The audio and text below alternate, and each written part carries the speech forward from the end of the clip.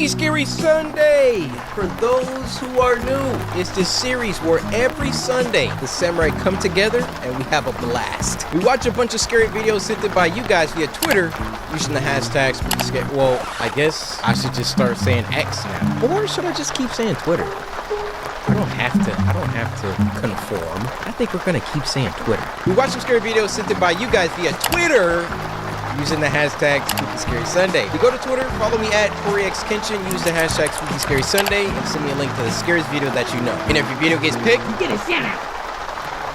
One of these days, you're gonna mess up. You're gonna mess up, and I'm gonna find you. And when I find you, I'm gonna do. So sit back, relax, grab some snacks. Why don't you get you a bowl of oatmeal, some hard-boiled eggs, and some OJ. And with all that being said, first video.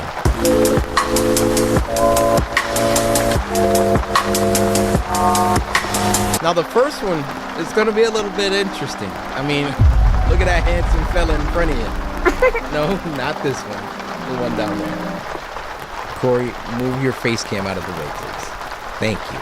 Incredible. Look at that guy. Look at those muscles. This was sent to us by Onyx, who said, I made an animation for you August of last year on my TikTok. So glad you're finally back. I've been watching you since 2014 and have put my brothers and mom on, and we've all been fans for years. Love you, Corey. Happy 2025. Onyx, can I just say, and to your family as well, thank you guys so much for, number one, Samurai slicing that like button. I'll give everybody a chance to, take a second to do that, because, that's a staple around here. Don't forget it.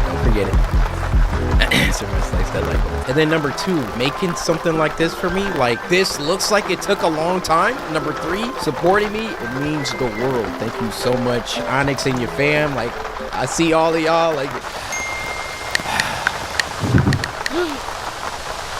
Wait, it's like paper. You guys see the separation between the other sheet? This is crazy. And it's called Norton. I wonder why.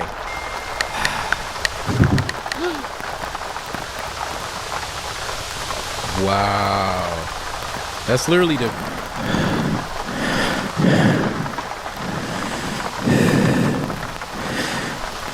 Brother handsome. This is crazy. They did this with paper.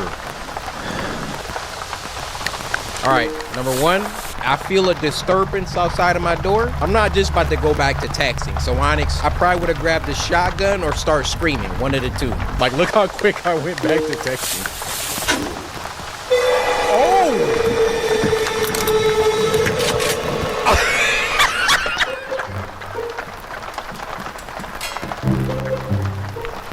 Onyx knows what time it is.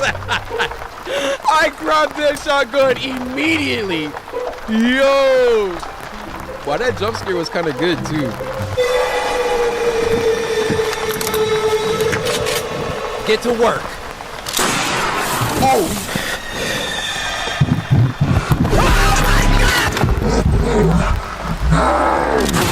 Oh. Now you know he did. Or not.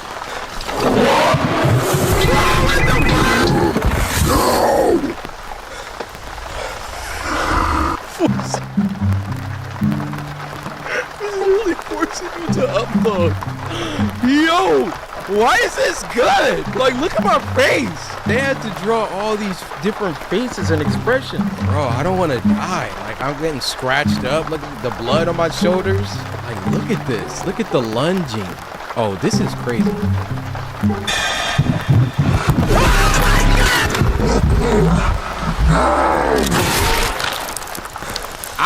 I want to give him the other barrel.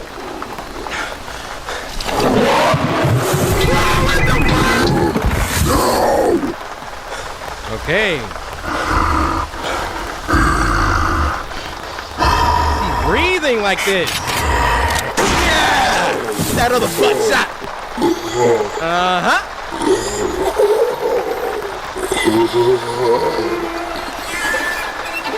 What? That was crazy.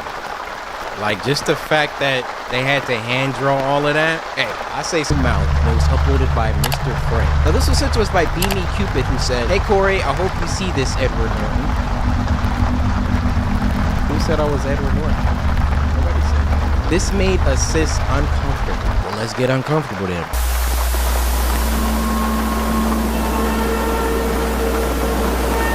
Mr. Friend presents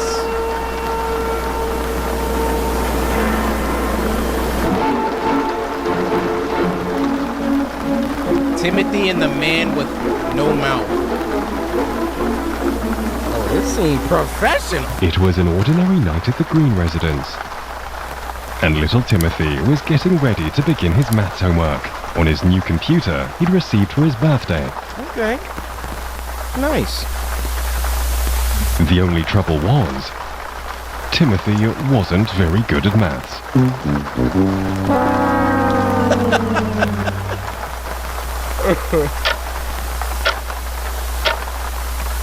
It was far past Timothy's bedtime, and he had still not made any headway. Oh, why is maths so hard? Timothy exclaimed. Ow. At that moment, Timothy heard a noise coming from the back garden. What was that? Don't explore, Timothy. Sit down. Timothy looked out of the window to see what made that noise. It was very dark. What the frick you got going on back there? Can y'all see that? Okay, I see a lawnmower. What's that stuff to the left? Is that like a freaking jungle gym back there? I could have sworn I heard something from out there. Huh?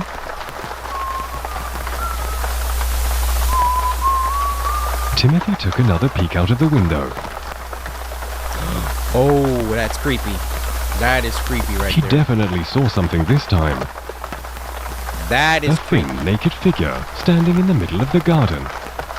It was looking right at little Timothy, and it cocked its head and waved. We all know how this is gonna end. But, just for kicks and giggles, which of the following would you do in this situation?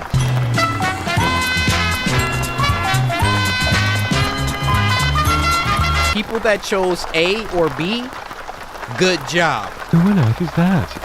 Timothy gasped with affright. Close it. Thank you, Timothy. Close the curtain. He didn't want whoever that was looking into his room. Who was that?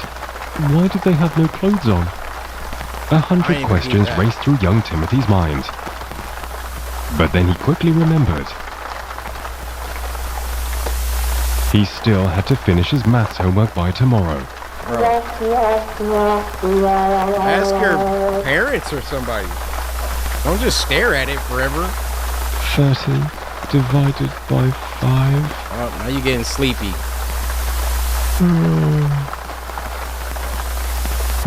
Clearly, it's 5. But the thing is, like, if you don't have help. Just when Timothy was drifting off into sleep, he heard something right outside his window. Oh, no. Huh? What, do he have a ladder? Don't tell me this man levitating. Timothy knew he shouldn't go and see, but he was a curious little chap. Curiosity gets you killed. Remember that.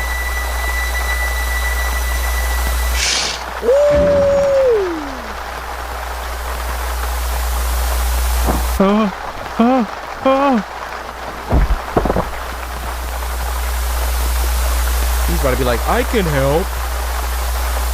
Who on earth are you? What on earth are you? The man at the window stayed completely silent. Where's your mouth? Why were you hiding in my garden? What do you want?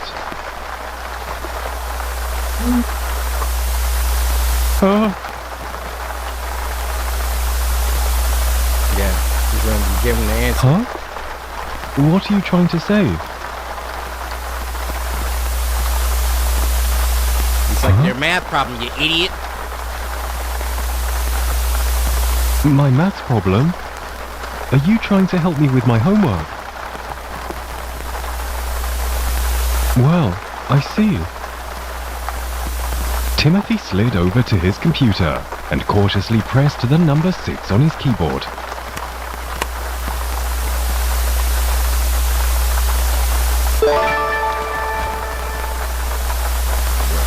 By gosh, you were right. The answer was indeed 6. How Alright. smart you are. Close the curtains. Timothy went back over to the window.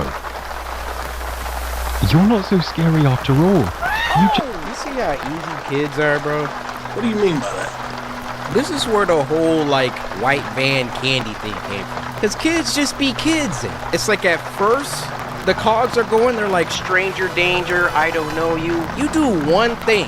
Oh, hey kid, you like water? Is this nigga serious? just wanted to help me with my homework. Is that right? No, that's not right. Huh? Do you want to come inside? Timothy, you're not that crazy. Timothy! I'm not sure. I'm not really supposed to be talking to strangers, let alone let them in my bedroom. Right, Timothy. I'll tell you what though, since we're now friends, you can come back tomorrow and help me with tomorrow's questions. Hey, Timothy, finessing him. He's like, The yeah. man then slunk off into the night as Timothy went to bed. How was he up that high?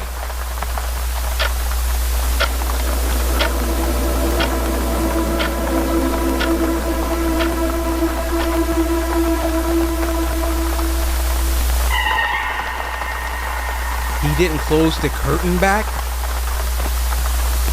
Bro, I'm not gonna lie. I'm not getting like monster vibes from him. I'm getting like predator vibes from that thing.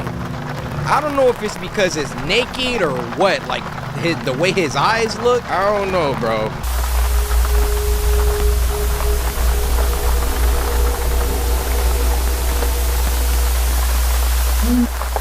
Like, you see what I'm saying? Like,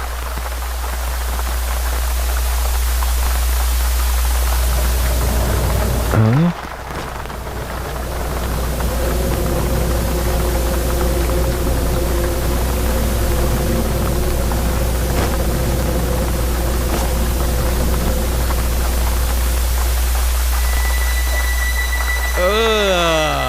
don't slide back up like that.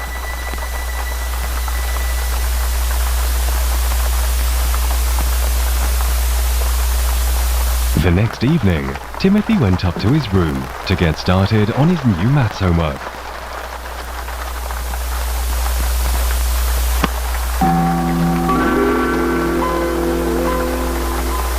Best window starter.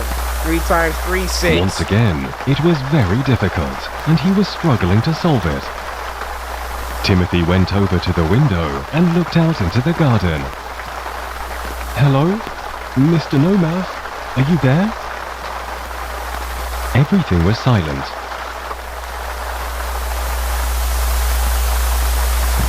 Oh, I guess I'll have to solve this one myself then. Timothy, are you At that not paying moment- attention in class? Timothy heard a familiar whistling coming from outside.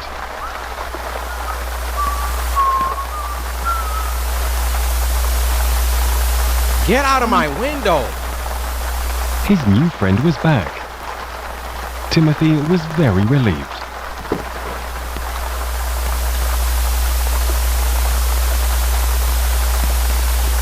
Thank goodness you're back. I'm about You to can help me throw with my up. homework now. Looking at that thing. What's the answer? The man stared at the computer screen. What's the matter? Is it too difficult? Well, come and take a closer look. Timothy, you just gonna give him the keys like that? Oh, you're dead. You're dead. You're dead. Oh, this is disgusting, dude. Oh, I'm so glad you're here to help me. It's wonderful to have a friend like you now.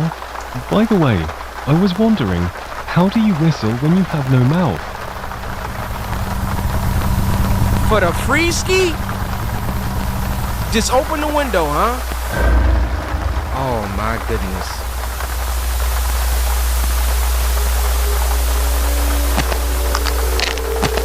Oh!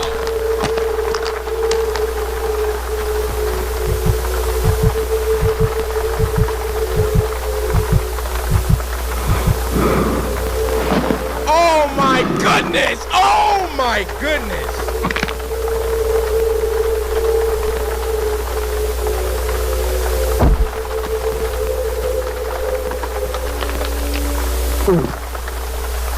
And that was the end of Little Timothy.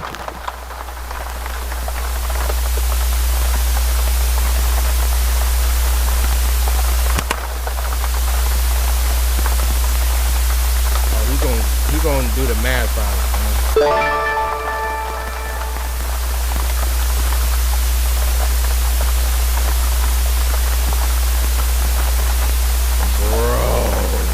That was fire. All right, Mr. Friend. I see what you're doing over here. I'm just stuck on how Timothy saw that man's mouth opening up. Didn't move a muscle. Man was petrified. It's called The Schoolboy Terror, and it was uploaded by Chamomile or Chamomile. Now, this was sent to us by Demetrius, who said, "Hey, Corey, I'm grateful you're back, and well, I seen this video. My brother recommended it, and it scared the life out of me. Good luck." Luck, huh? I don't need luck. The Lord is my shepherd. I lack nothing. Let's do this.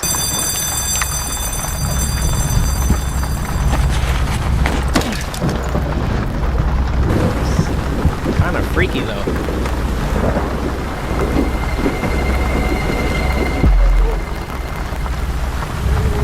I'm just standing in a... Oh my goodness! What the... Oh, this is moving so fast. Ah!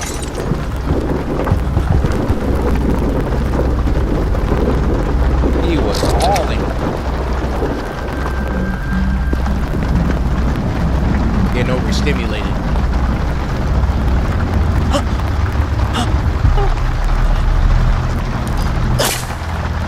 All right, okay. I would have just kept running, but... Oh, you're dead.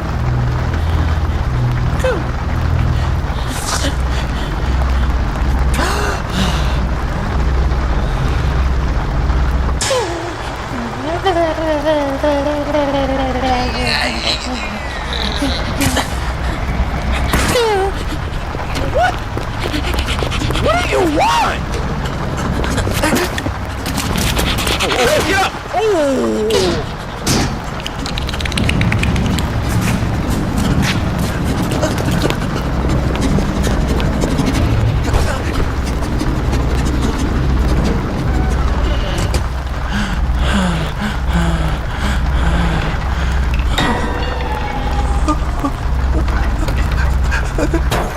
Your hand, brother.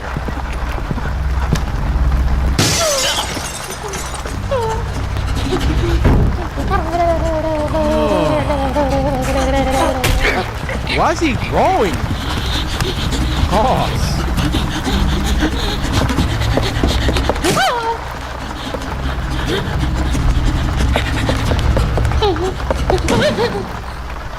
Bro, at first I thought he was like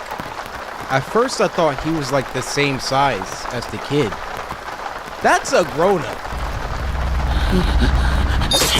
Ooh, he stabbed him in the eye.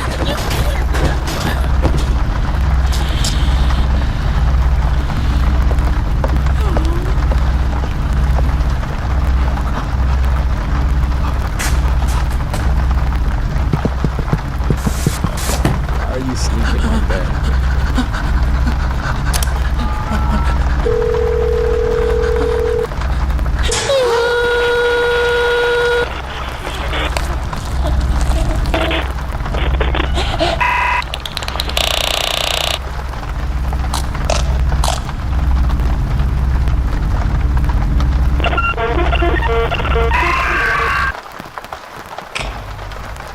Hey, you! Did you know that by pressing this little button, you are helping this video to get more views and motivate me? So please, push it. Mwah. You gonna make that and then have this little happy ending, subscribe to my channel stuff? I mean, I'm gonna subscribe, but what the freak was that? The end of that? Wow. And then I'm seeing on the side recommended videos, Smart Schoolboy 9, an internet rabbit hole by Nick Crowley. And it's the same guy that was chasing the little kid. So this must be based on like some other stuff. In either case, can you? This was sent to us by Bang Brawl Stars, who said, "Hey Corey, this is scary and I love your videos. So let's Let's see how they massacred yet another one of our childhood heroes. Another beautiful day at the Krusty. I'm out. You think I'm about to... I'm not watching this! Look! Tired of... Another beautiful day at the Krusty Krab. Another day servicing the masses. Oh, SpongeBob. Oh! They can't get enough. They want more. More of that secret formula.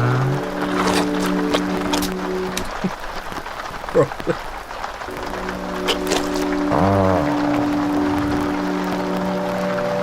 that smells good. Doesn't it, Mr. Krabs? It do, Mr. Squidward. It do? It do.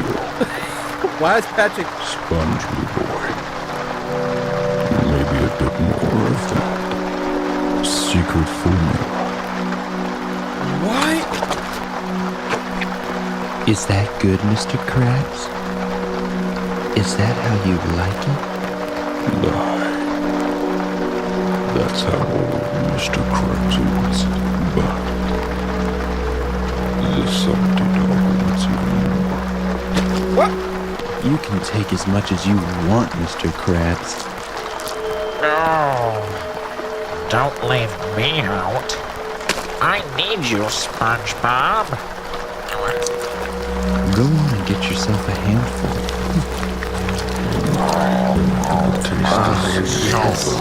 The secret formula.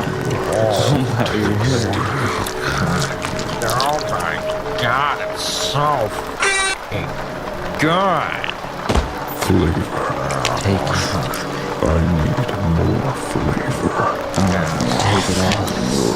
Let me get a piece Take of all of the that. secret formula. Take all of the secret formula. Was that good for you? Did I satisfy you all? Aye, you did, me boy. But you're all used up. Drained, me lad. Our hunger is satiated for now, but we'll be back.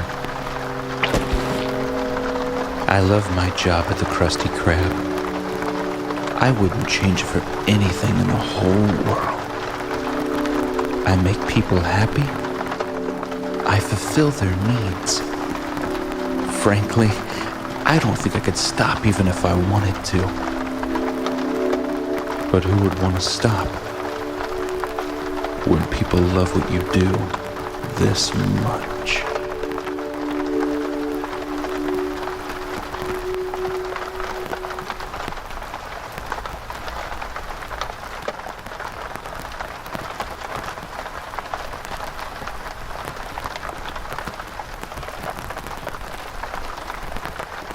Four Shorts party. So once again, you know it's gonna be a banger. Now this was sent to us by Ladarian, who said, please reply to me, it will make my day. Well, your day's been made, brother. Take this positive energy that you feel. Take this moment and harness it. Harness it into a ball of pure, concentrated energy. Now absorb it and accomplish all of your goals. They setting the mood. They setting the mood. Oh! I know y'all see him. Narrated by none other than Terrence Nicholson. Voice acting is about to be on point automatically. Favorite voice actor ever. This story happened a couple years ago when I was in my early teens. It all started when I went to the movies with my friend Sam to go see the world premiere of The Dark Knight. The movie garnered a lot of notoriety at the time, obviously due to Heath Ledger's leading role as the Joker. I personally thought it was the greatest movie I had ever seen, considering I've seen almost every Batman movie that ever existed. I decided to buy some Dark Knight merchandise at the vendor Terrence Nicholson shop. who was located in the theater. What appealed most was how cheap the Batman masks were selling for. I didn't have a Halloween costume picked out for October yet, and neither did my friend Sam. We both Easter egg. collectively purchased one mask each and figured it would make for an easy costume to trick-or-treat with.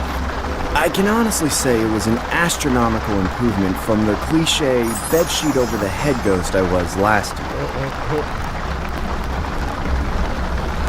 Fast forward to October 31st. Me and Sam both wore our Batman masks and began going door to door, looking for an opportunity to fill our candy sacks faster than any other trick-or-treater on the block. Trick-or-treat! Well, happy Halloween, Batman. I mean, Batman. That's it? Lame. What'd you say? Boy, I'll snatch that bag out your freaking hands. Get off my porch. That's it? Lame. Get the hell off my property, you ungrateful twerps! The majority of the houses were pretty generous, with the exception of a few bad apples, to say the least. On this particular night, there wasn't many houses that had their lights on, which generally meant that they didn't really celebrate Halloween. Or in other words, they weren't giving out candy. Okay. Me and Sam were understandably upset considering we'd been walking for at least an hour. I continued trick-or-treating while Sam began to head home through the pit located in the middle of the neighborhood. Why didn't I just stay home and watch SpongeBob? The My God, never gonna be the same. pit was just a fancy nickname for the forest reserve, which was generally used for nature walks during the day. But me and Sam went there solely for the sake of a shortcut home. I began walking about half a block down when I see more houses without their lights on. Screw this, I'm going home. I eventually approached the pit while beating myself over the head for not leaving at the same time as Sam. As I entered the pit, I instantly had second thoughts of taking the longer route, as this route seemed nothing short of irresponsible and dangerous. Yeah. I ultimately decided to man up and continue walking through the pit, as I didn't want to prolong my already dreadful night. Why the hell did I have to take this route? I can barely see anything. I knew I should have dressed up as a skateboarder. I would have been home already. I remember the pit being so dark to the point where I could virtually see nothing except for whatever my cell phone light was illuminating. No. What the Not hell that was clown that? again. I began walking faster as I could hear faint sounds of what sounded like a maniac clown laughing. What the hell? Who's there? Who's there? At this point, I was so it's the petrified, McDonald's I clown. instinctively dropped my candy due to the adrenaline rush flowing through my body. I couldn't care less about the candy, as I genuinely felt like my life was in danger. Run! That's when I saw the source of the laughter standing a few feet in front of me. It was a man dressed as the Joker from the Batman movie I saw previously. He honestly looked like an exact replica of Heath Ledger's with a hint of blood on his costume. What made this more disturbing was how casual his demeanor was. He just stood there smiling at me like my appearance was amusing to him. I didn't want to express the fear I felt internally, so I tried to playfully marvel at his costume and say, "Hey there, I really like your Joker costume." No matter how hard I tried to keep a composed poker face, my body language and mannerisms couldn't help but show the fear that bled inside of me. Bro. He then took a couple steps closer to me as I began to cautiously take a few steps backwards. "Hey man, what the hell do you want from me?" "Why so serious? Happy Halloween." The man surprisingly walks past me while I watch him in complete shock. What the hell was that? Was that some real-life Joker? At this point, I continued walking home while looking back every 2 seconds to make sure the man wasn't lurking behind me. I eventually make it home and watch a couple of YouTube videos, trying to forget the creepy encounter that just took place. That's when my dad pops into my room and asks me to answer the house phone. "Hey, Mark, answer the house phone." "Hello?" Hey, Mark. Is Sam still with you? That's when I felt my heart drop to my stomach. Oh, that was his friend. No, he left to go home way before I did. Oh my god, why would you leave without him? He's not even home! Sam's Hey! friends ended up calling the Ain't my police, fault. which resulted in an entire block search party. What came of such an innocent Halloween night turned into a nightmare. Sam's remains were eventually found in the pit, with his face lacerated into and his head decapitated from body. I haven't trick-or-treated since, and I still live with the regret of not leaving at the same time as my friend. I informed law enforcement about the bizarre encounter with the man I saw that night. Call it speculation or whatever you want, but I know the death of my friend Sam had something to do with that sick man. Or should I say, the Joker. My God, why take my son from me? This is horrible.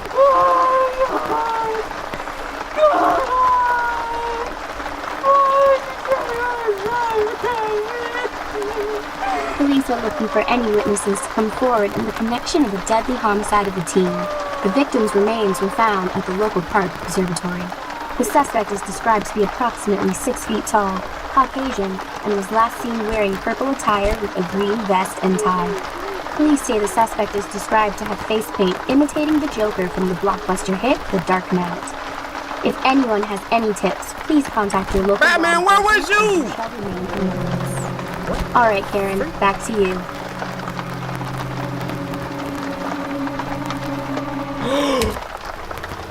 Oh, wait. She was from that other thing we watched. Oh, I love how all his animations are connected. She was from the other one.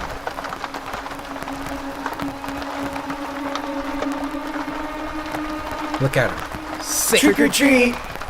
Well, happy Halloween, Batman. I mean, Batman.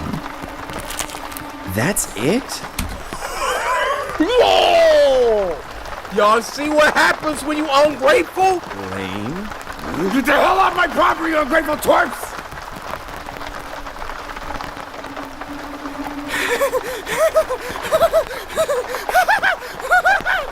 Pantry. Link in the description, my guy. Now, this was sent in by not a queen.exe, but hey, you are a queen, girl. All my other samurai sisters, y'all queens too, but y'all didn't send this in, so step back. Alright, Krusty Krab.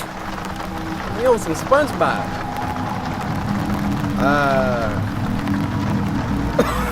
Why did he phase through the window? Squidward? Yeah, can I get a Krabby Patty, please? Oh, hey. What? What are we watching? Hello. What? Close your mouth. Ew! I don't have time for this. I'm eating somewhere else. Bro, look at your eyes. He's watching him walk away. He's gonna be like, wait.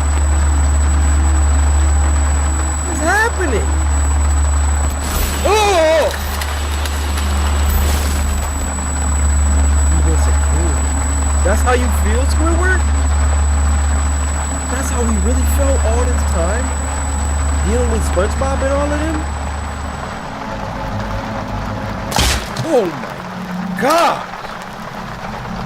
Mr. Squidward, you're driving away all the customers. Mr. Krabs.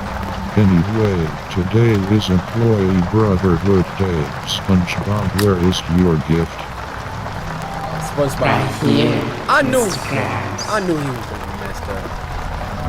I hate it. And where is your gift, Mr. Squidward? I didn't get one.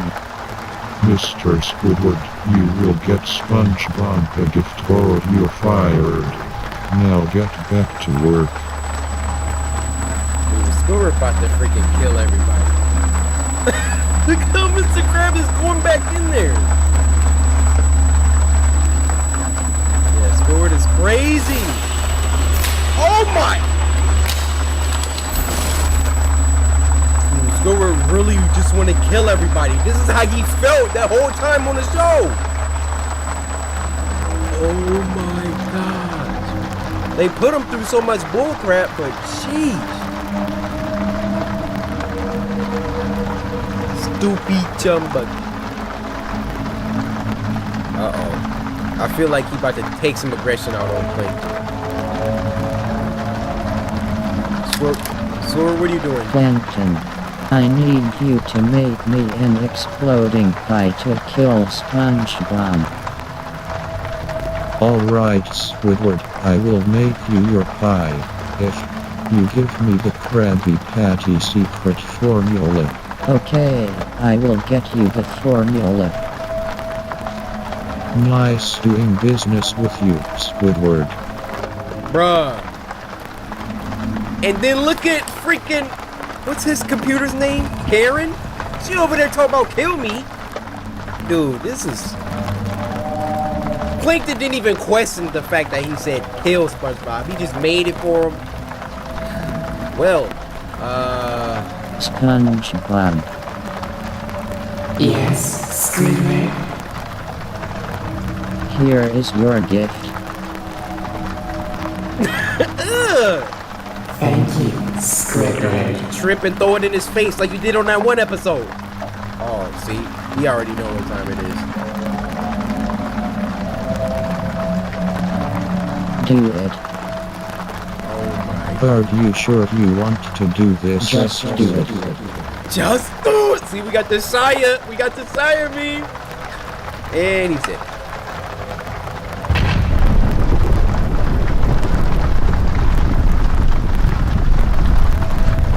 So, do you have the formula?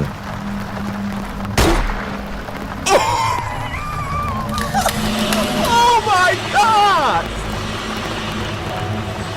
So, do you have the formula? Oh, my man Plankton got caught slipping. He didn't secure the bag first?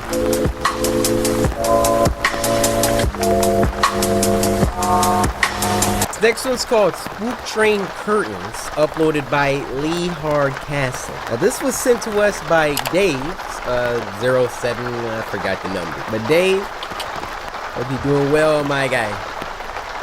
What's that? Wait, slow down, Dave. Just take a breath. What did she say? Dave, go for the RPG? I call myself slick. My mom asked for she asked for something. I wasn't even that far from it.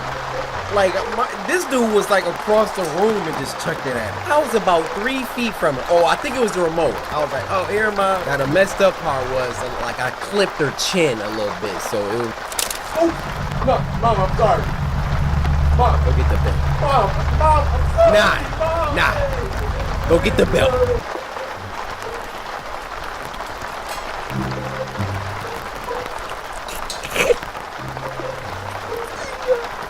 Y'all see nothing? I was about to be like, yo, we really gotta watch an old lady get bodied. And then my dude had to kill the whole scary vibe, bro.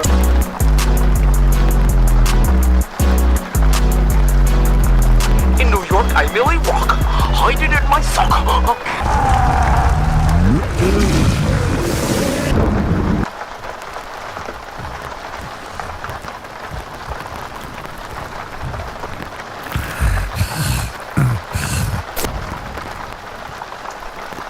Yeah.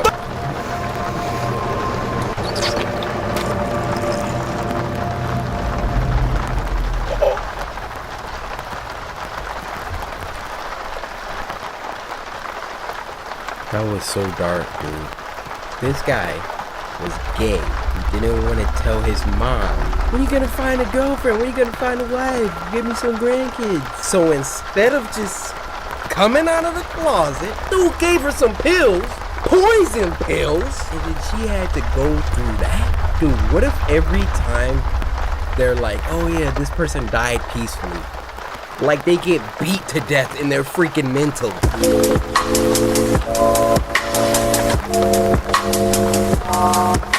And the last one for this week is called Other Lily by David Romero, uploaded by Let's Read, link in the description. And this was sent in by Jaden or Jadon. the D's capital. I don't know how to go about pronouncing it. So Jay, can I call you Jay? This is me and you right now. I just want to say thank you for being a samurai. Oh, y'all thought this chest wasn't big? Other Lily.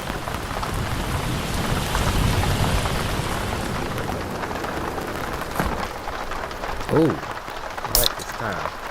Also, this week has probably been the most disturbing week so far. Y'all are going kind of crazy with these stories. I'm freaked out. Make sure Beth goes to bed before 10. Alright, so big sister left on babysitting duties.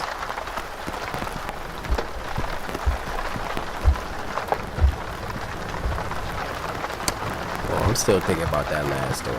That was crazy. Is that Bendy? Yo. Looks like it if it's not.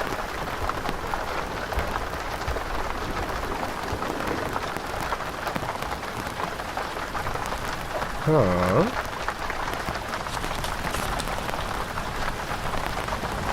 Lily. Other Lily. Pardon me. Excuse me. You want to tell me who that is? Hey, Beth. Wake up! Who is that? Oh, she got a bat? That's what I used to do in the old days. Till the boy got strapped. What I'ma do when some zombies break in?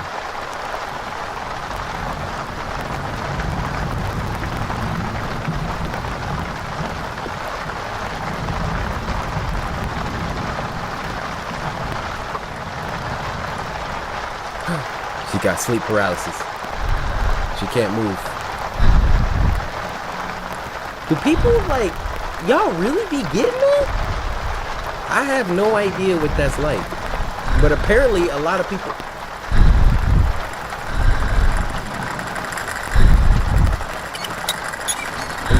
Hey. Oh.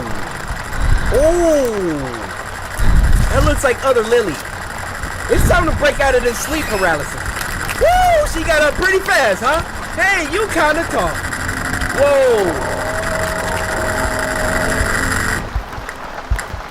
I'm telling you, sleep paralysis, I'm breaking out of it. Like, I can't relate. Oh! It's alright. It was nothing. I wasn't nothing. Chill.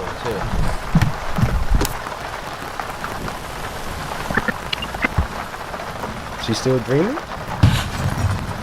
Ooh, that time.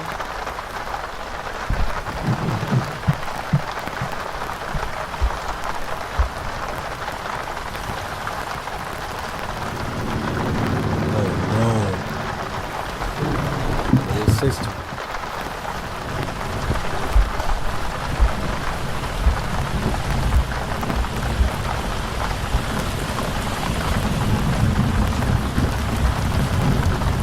You gotta move quick too. Oh! Guys, I'm sorry. I gotta see who this is. Other Lily.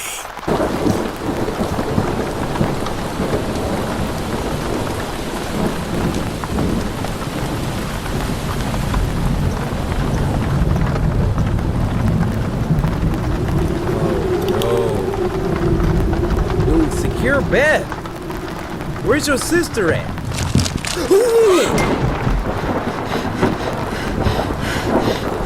No. I knew it.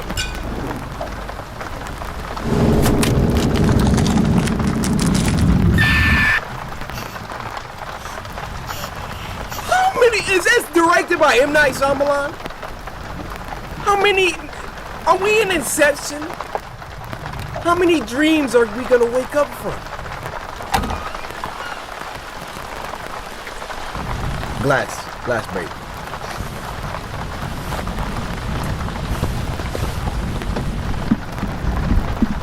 We was in a dream within a dream.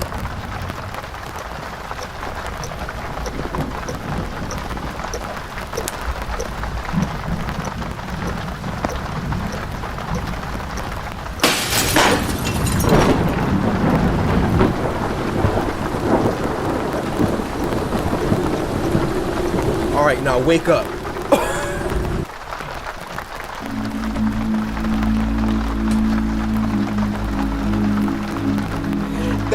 That one is the one that had to be the real one. Ah, geez, we going to sleep.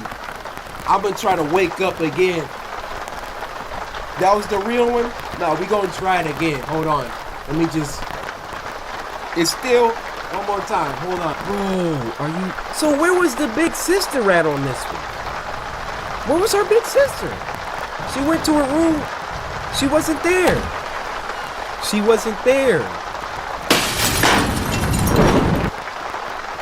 Did you see how her head hit the refrigerator first? Listen to this.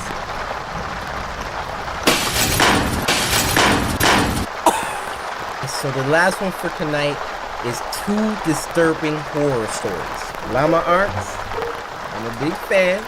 We went over this, but I gotta say it every time. I'm a big fan. Please don't copyright me. Appreciate you. Okay, right into it. Over the weekend, about 15 coworkers and myself had our company. Is this the same guy? His voice didn't drop 8 octaves. Did y'all know I can also make my voice leave this freak? And when I get up on a mic like this, you know. Trip to the Stanley Hotel in Estes Park, known for being Stephen King's inspiration for The Shining.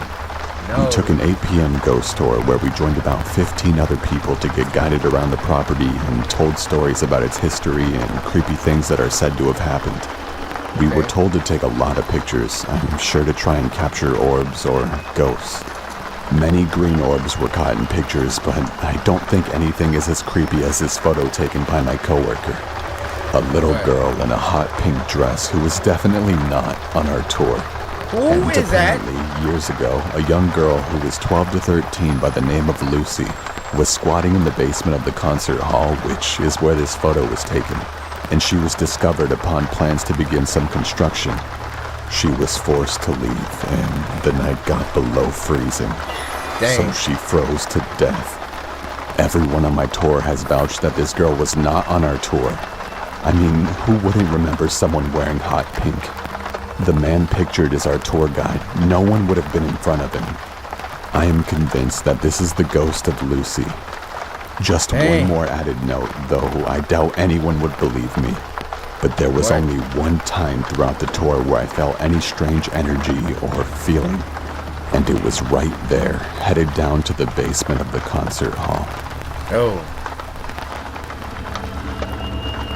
Oh, that's it. Oh, narrated by Corpse Husband. Got a nice voice, brother. This happened a few weeks ago when I was walking home from school, excited that my freshman year was coming to an end.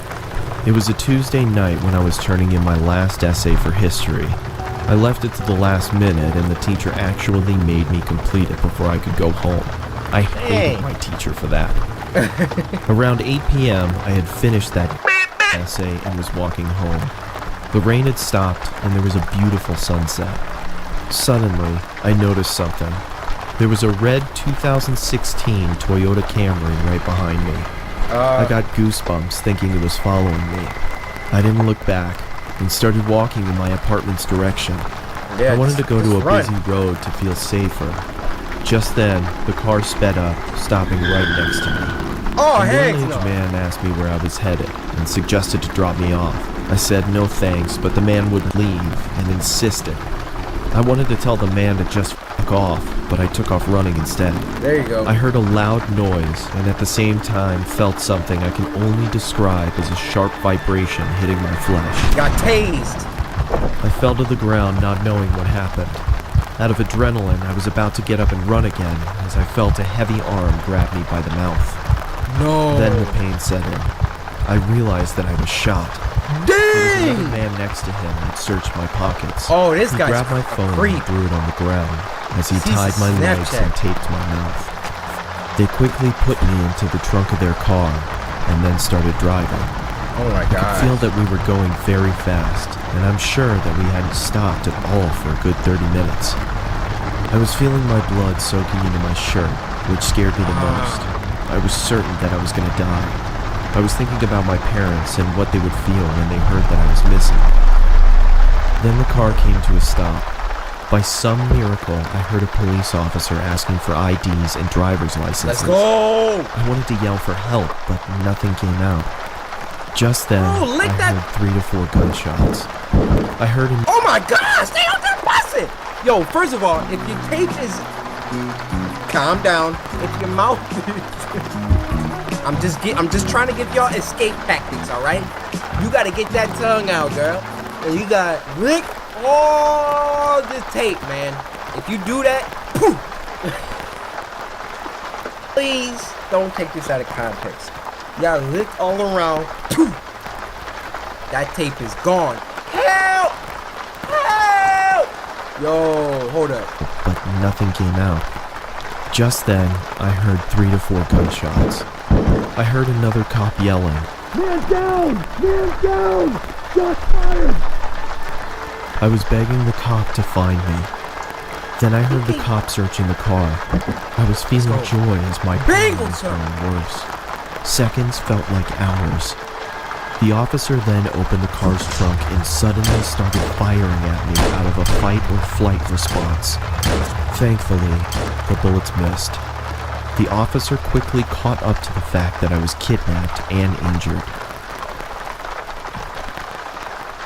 And he looked like the type of cop that'd do that. Y'all know what type of cop I'm talking about, right? The one with the big, he got big teeth, can't even close his mouth. What's going on over here? Is everything alright? You know how fast you were going there, boy? Does anyone need help over here? You need help! Somebody need help! Sir, it looks like you need help! He called for backup immediately, and it arrived in minutes. They placed the injured officer onto a gurney and drove off in an ambulance. Finally, when the scene was safe, they called another ambulance for me. I woke up in the hospital. The news media was everywhere. I was fine after a few days, but later learned that the officer that was shot didn't make it. Dang. I don't know if those men are still alive or rotting away in a prison for killing an officer. I don't want to know what would have happened if those officers hadn't stopped the car. Dang. Bro. Comes from a Mr. Bridge, and he sends a story called The Sad Man by Jake Lava.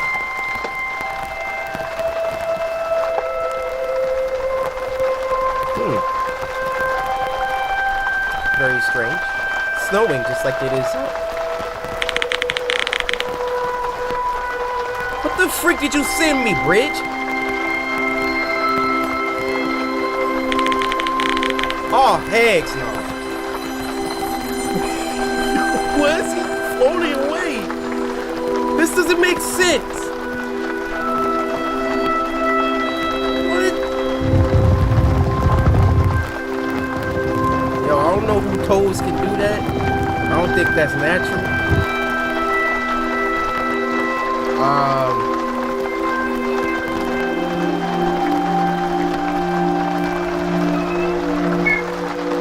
Look, I would feel more sad if his face wasn't the opposite of that. But I guess he's alone. Ew?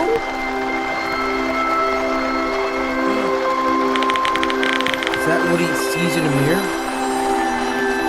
Oh, he's wearing a mask.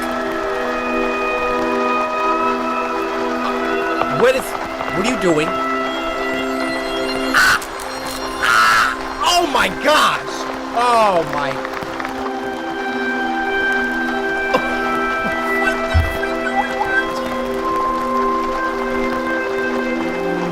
Oh!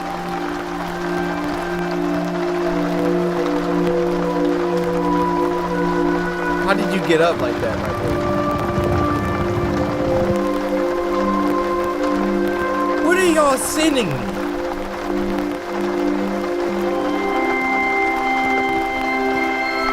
Hey, you're not alone anymore. There you go. This is a friend. Don't kill them. Oh, he's like, hey man, what happened?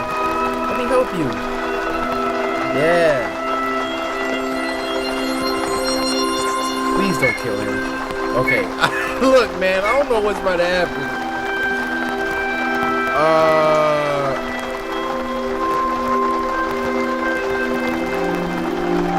Is that a dead cat?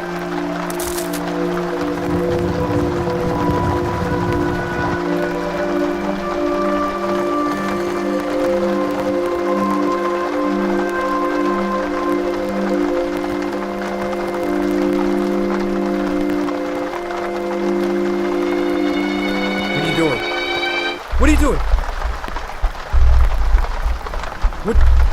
What the freak is that? Oh my God!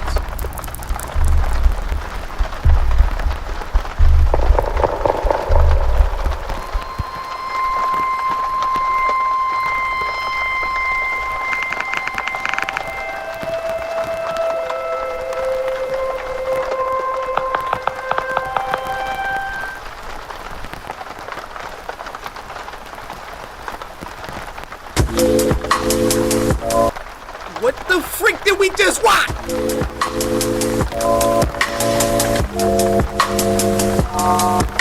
So that thing ate her face. The next story is called Greed. It was sent in by a samurai named Wolf of Fire. Everyone's videos I'm reacting to, please don't copy strike me. Your information's down below. I love you.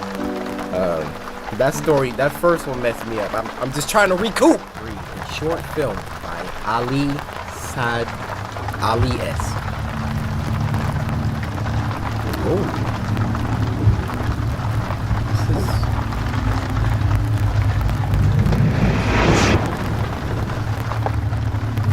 What is that? Hello?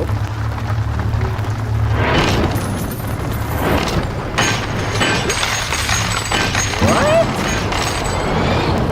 Oh.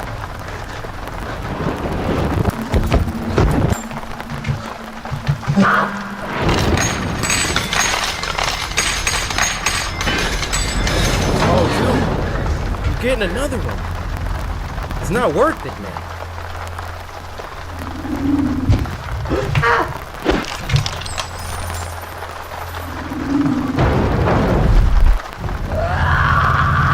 What is happening?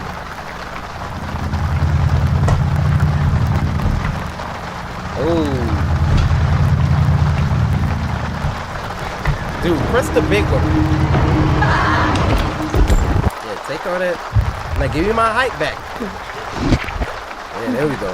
There we go. All right, now don't touch it anymore. Stop it. Leave.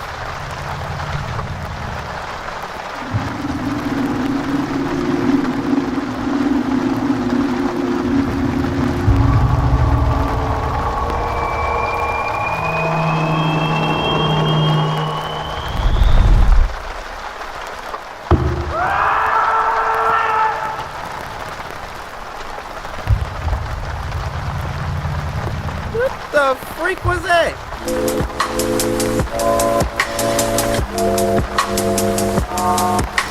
Alright, the next story is from our good pal Llama Arts. Y'all know we gotta get a Llama Arts in, alright? It's called A Bus Stop Horror Story. Let's get it. Let's get it. This happened when I was 17 years old. I would go to the gym 3 to 4 times a week and ride the bus home. It was a Sunday and I had just missed my bus, so I had to wait longer for another one. I would have called my parents, but they were out for the evening, and taxis charged more, so I decided to sit and wait in the bus shelter. It was a cold night and snow had just started peppering the ground. My bus was taking longer than usual, so I got my phone out and listened to some music. Almost an hour had passed. It was freezing and I hadn't seen anyone at all. That was until I noticed something out of the corner of my eye. It was a creepy guy dressed in thick layers of clothes. We gonna pause it right here. Nah. Corey, zoom in on his face. Listen. Okay, first of all, this man was at the bus stop for an hour. It's like you could have walked home at this point. But listen, You see a man coming towards you, it's nighttime, you outside by yourself, and he look like this? Corey, zoom in on him again. Look at this man. He has nothing to lose, okay? You got your freaking ear pods in, you got your fade. He is about to rob and kill you. So you already know. You already know I got the antidote for him. If you want to try something, so I got the antidote for you, okay? If you want to come over here and try something, go ahead and try it. And yes, I carry this around in my book bag, all right? If I was him, first of all, I wouldn't have been sitting there for no hour. But if I was, for some reason, maybe my leg broke. I ain't about to eat these butt shots, all right? Walking slowly towards me. I knew staring at him would draw more attention, so I just focused on my phone. Bro. He sat down at the other end of the shelter. Look at him! There was some... Hey. What you over there listening to? Something off about him. He seemed like he was either drunk or on drugs. He then asked, "What does the boss do?" I took out my earphones and said, "I think it's delayed because of the snow." He stared at me for a while, then started mumbling to himself. He was really starting to creep me out, so I pretended to be on my phone. After a couple of minutes, I took another look. He moved closer to me. Bro, get up! I looked away for a second, then heard the sound of him sliding even closer. I turned to him and said, "You okay there?" He stared at me with glossy eyes, lifted his arm and leaned towards me. Immediately, I grabbed my bag and ran as he fell to the ground. I ran down the road, trying my hardest not to look back. I kept going until I got to the next bus stop. I turned around to check to see if he was there. He was gone, so I went to sit down. Feeling relieved, I rested my head on the back of the glass and waited for the bus.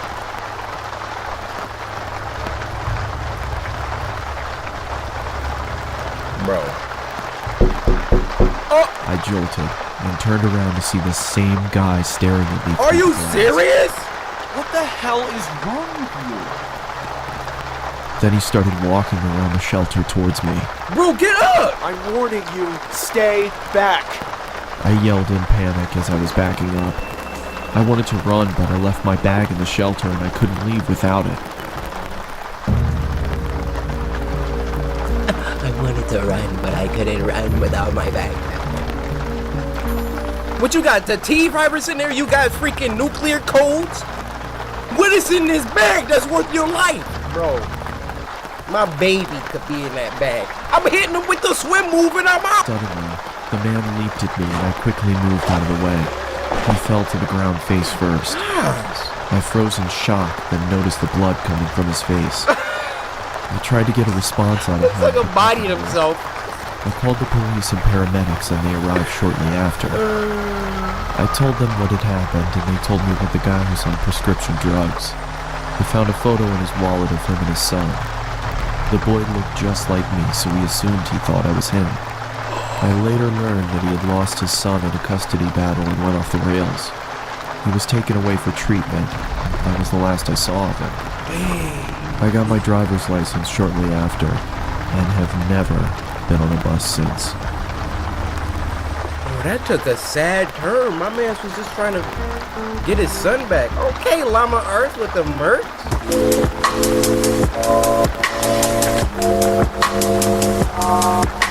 Like this last story, I literally just found, it just popped up in my recommended by a YouTuber named Mort. I don't even know the name of it. Mort, I have total respect for you. All right, don't copy strike me, please. In my early days after graduating college, I didn't have a lot of money, so I had to rent an apartment with someone else who I'd never met before. Oh no. He'd become my roommate, and his name was Randall. At first, he seemed easy enough to get along with. He didn't talk too much, but he had a heavy Spanish accent. The room I'd be getting was already furnished, and that was one of the appealing factors to this apartment. It had a twin-sized bed tucked in the corner, a nice-sized dresser, a closet, and a TV stand in another corner of the room. There were a bunch of stuffed animals sitting on the dresser, though, which I found a bit odd. Most notably, a big teddy bear facing the bed. When I asked Randall about the stuffed animals, he gave a really loud laugh and said his room had the same thing. He recommended I leave them be as to show respect to the landlord. I already know what's popping. First of all, I strongly would dissuade any woman from rooming with a random man that they just met, okay? Second of all, it's a camera in that bear, so when you get it on naked, pop that bra off. Pop it. He got a full view, girl. It's facts. I speak facts. I didn't really talk to Randall much that first day other than that. I spent most of my time unpacking my clothes and supplies and setting up my TV. When I was laying in the bed watching TV that night, I thought I heard something. It was a very brief noise, but it was definitely audible, and it sounded like some kind of small electronic component. I chalked it up to being a house noise and continued my show. It's a camera. The next day, Randall wasn't home all day. I didn't know if or where he worked, but I just assumed he was at work. That night, when I was in my room watching TV, I heard the front door open, and Randall walked through the hall to his room before shutting the door. A little later, I was getting changed into my pajamas, and I heard the same sound from the night before. This time without the TV noise in the background, so I heard it much clearer. Oh, heck. It was definitely some kind of electronic device, but I didn't know what or where. It still didn't seem like a big deal, so I got into my bed and started reading my current book at the time, then went to sleep. The next day, I saw Randall when I came home after work. Oh, what are you doing? He asked me what book I was reading.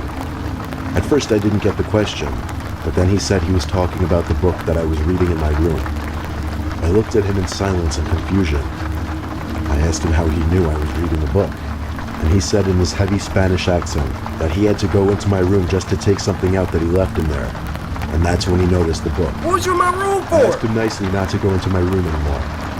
Unfortunately, there wasn't a lock on the door, so I couldn't stop him when I wasn't home. Oh my gosh. That night, when I grabbed my book from under my bed, I stopped and wondered, how would he see my book if I had it under my bed? Thinking about this now creeped me out, and I was in no mood to read anymore.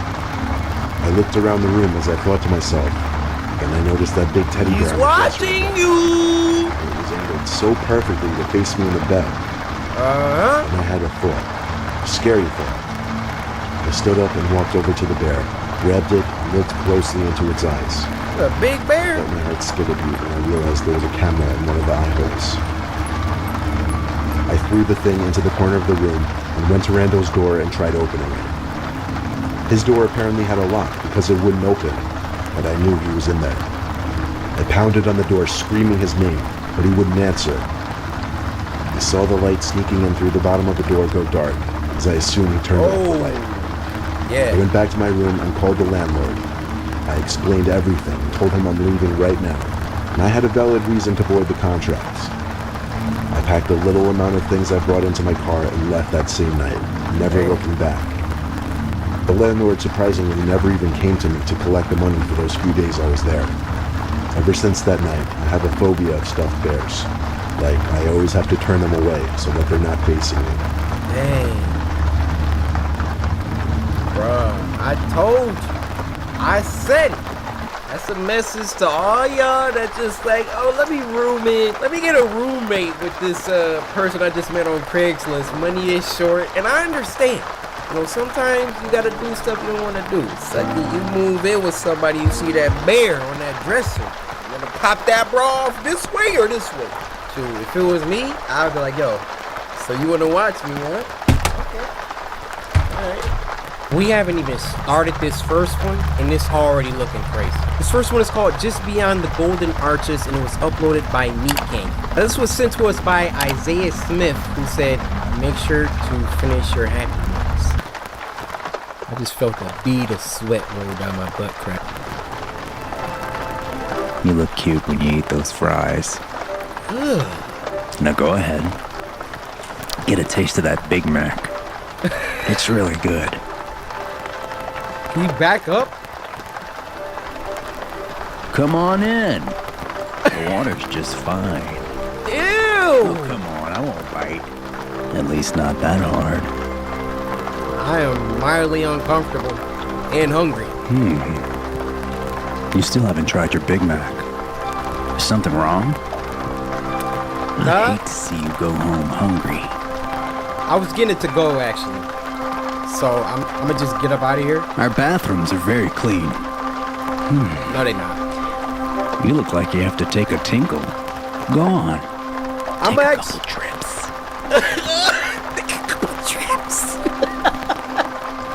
I got a 93 Toyota Paseo in the parking lot. Let's get out of here. No. I actually have my own vehicle. Why did I get in the car? I used to like Logic. You know, the rapper. Yeah, but the Needle Drop reviews him so poorly. I just don't really care for his music now. Wow. Logic did, you know. Well, this is my pad. It ain't much, but I certainly call it home. Why am I here? You look pretty thirsty. Here, have some water. Why is his cheeks so firm? Here you go, sweetie.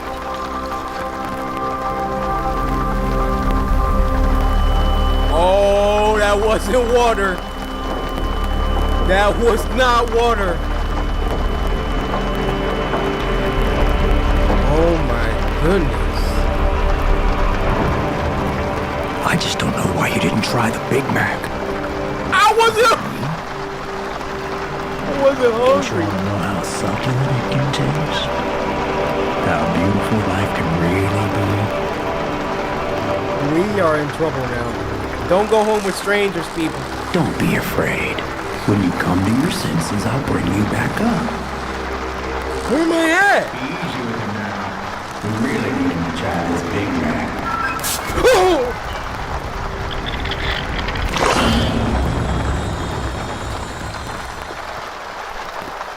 That was freaking fire.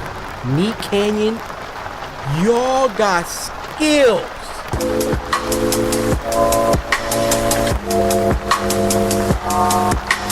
Now this next one is called Pine Devil Horror, and it was uploaded by David Romero. Now this was sent to us by your boy Ty. So Ty, I want to say thank you, appreciate you. Hopefully you're having a wonderful day. Hope you slice that like button, Ty, because you didn't. I might have to tie something around your neck. Oh, excuse me. Oh.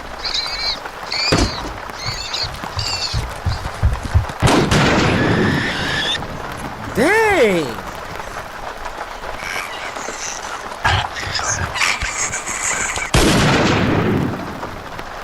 Now you know he did.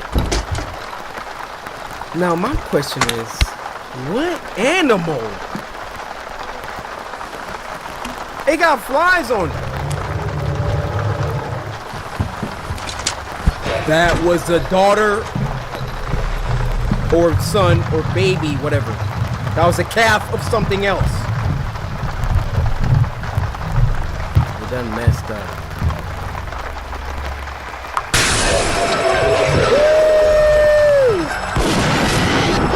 Uh-huh. Reload. No, don't go down there. Reload. See, you back yourself into a corner. Actually, that's a nice camping spot. Hope you got some more butt shots in your coat.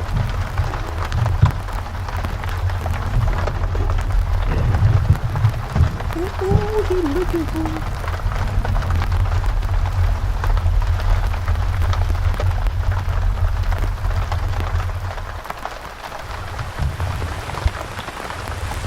What?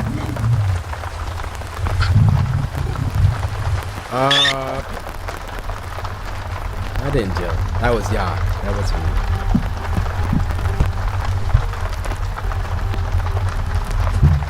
Oh yeah, he's definitely sleeping on there. Or he might have died. Dang.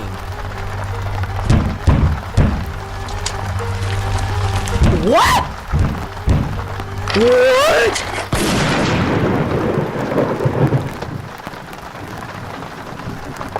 That was lit. How did he freaking funnel his way down there? Shout out to David Romero. I remember he did that one animation. I think it was called Midnight Snack. Fire.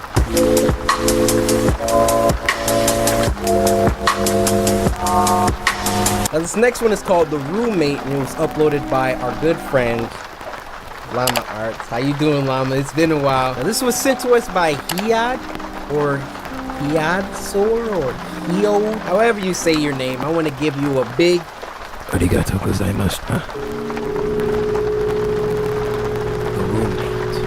Looking for a new roommate is always a daunting task. Even though you interview and take the time to get to know that person, you don't truly find out who they are until you start living with them. Facts. I had begun searching for... Let me press pause. Let me turn this up. You get it nice and loud in the headphones. So it's... That you for a roommate after I decided to leave my current residency. I was contacted a couple of hours after placing an ad on the Facebook Marketplace. The message read, Hey Chris, I'll be moving out of my current apartment this August and I'm looking to room with someone new, as my roommates are moving to California this year. I'm 27 and I'm currently going to school. When I'm not at school, I enjoy hiking and watching movies. I also apprentice at a taxidermy shop on the days I don't have class. Hope that's not weird. It's always been a fun hobby of mine. Anyway, I'm looking forward to hearing back from you. Have a great day, Lunaire. My first and most obvious reaction after reading the message was to check her profile. She was a medium height, had long, messy blonde hair and green eyes. In her profile picture, I saw her standing with a man and a woman shoulder to shoulder. They each adorned goofy grins and held up peace signs. Under the photo, the caption read, "Love my roommates." Okay. I smiled to myself and decided to send her a message back. The sun beat down on us. Who was that over there? Various objects to the second floor of our new apartment. It took us a couple days to get everything out of the moving trucks and into our new place. But as soon as we did, a wave of relief washed over our sweat-drenched and sore bodies. After a couple more hours of rearranging, we each grabbed a beer from the fridge and sat on the porch. We reminisced about old 90s cartoons and what video games we obsessed over as kids. And as the sun started to set, I truly felt relaxed and confident that things were going to work out. But they didn't. Nah, quick question. How many of y'all would put out an ad for a roommate and accept a response from the opposite gender? Because I'm thinking, I put out an ad for a roommate. If you even a little cute. Guys, I'm joking. A week later, I started a new job for a construction company that was owned by a good friend of mine. As I was getting ready, I heard the front door swing open and walked into the living room to see Lunaire and her friend David sliding in a large box. Hey, hold up! What you got there? Who is you? I asked. Through a strained grunt, she replied, I bought a freezer to store some of the animals I'm planning on using in my taxidermy work. I hope that's alright. No, it's like you should have cleared that before. It's already here. There was no mention of this happening in the first place, but I eventually accepted and returned to my room to continue getting ready for work. I came home at around 9 p.m. after having a couple of beers with friends and noticed that the freezer was nestled snugly in the lower part of the pantry. A low hum could be heard reverberating off of the inner walls. I was curious to see what was inside, but didn't want to intrude on Lunaire's business. So I went into my room and changed into more comfortable clothing. I'm taking a peek. After changing, I came back out into the kitchen and started making a sandwich. I opened the fridge and grabbed what I needed. As I turned around, I stubbed my toe on the edge of the island countertop and let out a long, exasperated grunt. Ouch. Through my frustration, I slammed the fridge door shut and checked my toe to see if there was any bleeding. As I raised my head back up, I was greeted by a shadowy figure. Lunaire was standing in the doorway leading to her room. The darkness behind her almost seemed to envelop her. Is everything okay? She said in a deadpan tone. Yeah, I'm sorry. I just slammed my toe into the corner of the countertop as I was making a sandwich. I hope I didn't wake you. It's fine, she said in the same deflated tone as before.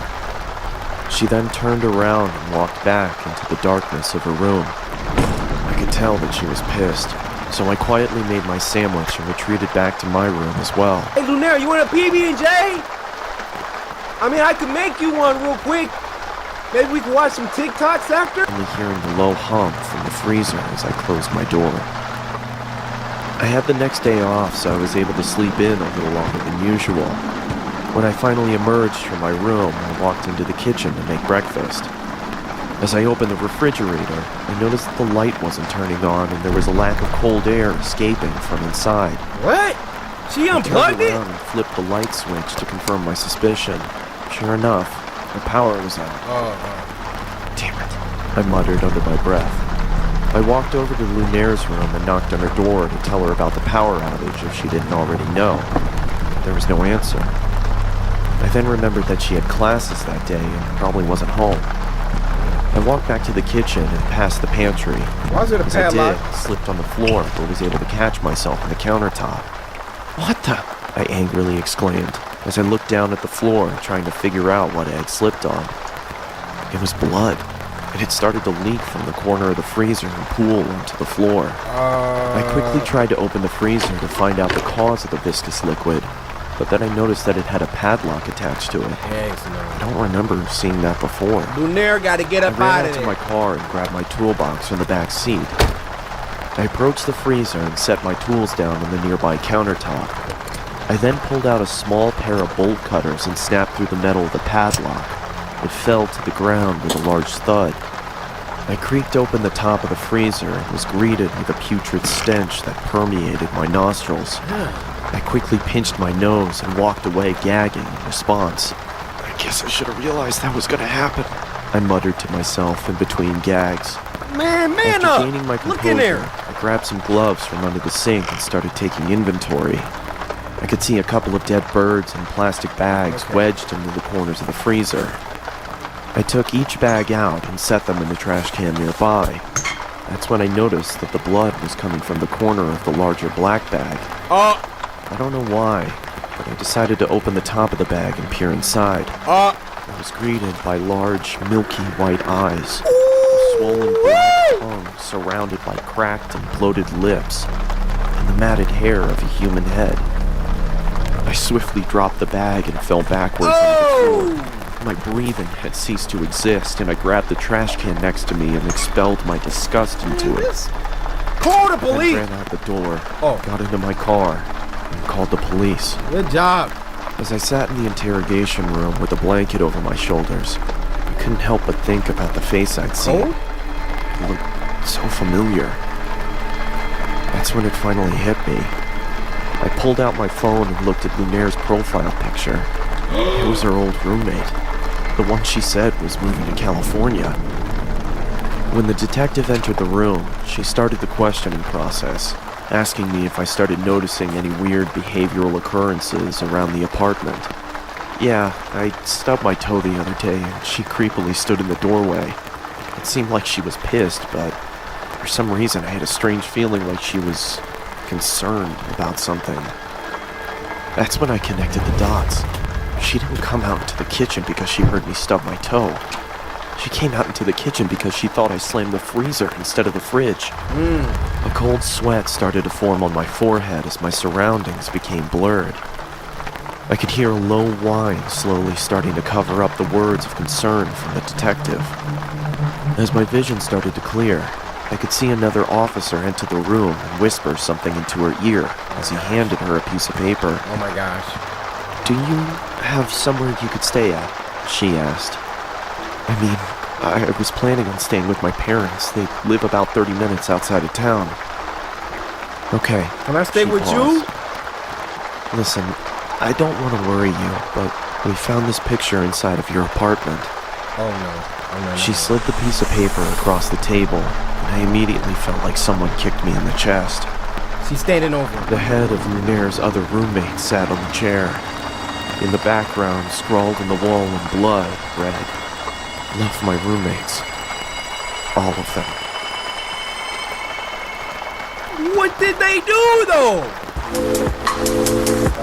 Like, did they fart a lot? Leave food out after they was done? Like, I get roommates can be annoying, but for real?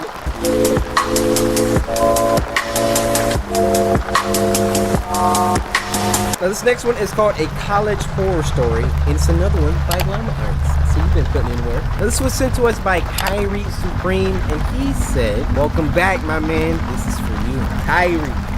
I appreciate appreciate you for the welcome back, my guy. And I would also appreciate if you sliced that like that. Kyrie. Do it. It's good to be back. It was an early morning. My campus didn't offer housing and I lived about a half a mile from school, so I started my journey as usual while playing on my phone. I glanced up to see an old man heading towards me on a bicycle. Normally, I'd Excuse me? You're not about to be riding a bike with a suit? Where do I even start? Where do I even start? You might as well cut them 3 strands of hair off, big fella. Why are you riding a bike at 99 years old? You gotta... You got a suit on, riding your freaking mongoose bike. Your bow tie is purple. step aside to let bikers and skaters pass, but he braked instead. I stopped too, wondering if there was something wrong. He walked up to me and said, "Don't worry, I'm not gonna hurt you." Get back! I felt chills instantly. I didn't know what to think. I just looked up at him with a fearful and confused expression. Why are you standing there? I was gathering up the courage to tell him that I was late for class and I should go, but before I could say anything, he said, "Get off the grass!" Looking down, I noticed I had stepped over towards the road and onto the grass. I stepped off slowly and he said, "You wouldn't want to step on any bugs or get your shoes dirty now, would you?" He raised his finger and asked me what my name was. I told him, and he replied, "Don't worry, I'm not gonna hurt you." The same chills ran through my body again, but before I could say anything, the man said, "Get off the grass! You wouldn't want to step on any bugs or get your shoes dirty now, would you?" I looked down to see that I was back on the edge of the sidewalk again. This had to be deja vu. He asked for my name once more. I said my name again, but he interrupted me before I could finish. I love the Easter eggs. That's that freaking nasty Snapchat kid from that one episode. He told me his grandchildren were down the road and needed gas money. I told him I didn't have any spare change or any change at all for that matter. He continued to ask me again and I gave him the same answer. Eventually I headed towards my school. I turned to see if he was still there, but he was gone. As I was walking, I approached the intersection. There was a truck on its side. It must have tipped over while turning the corner. He's a ghost.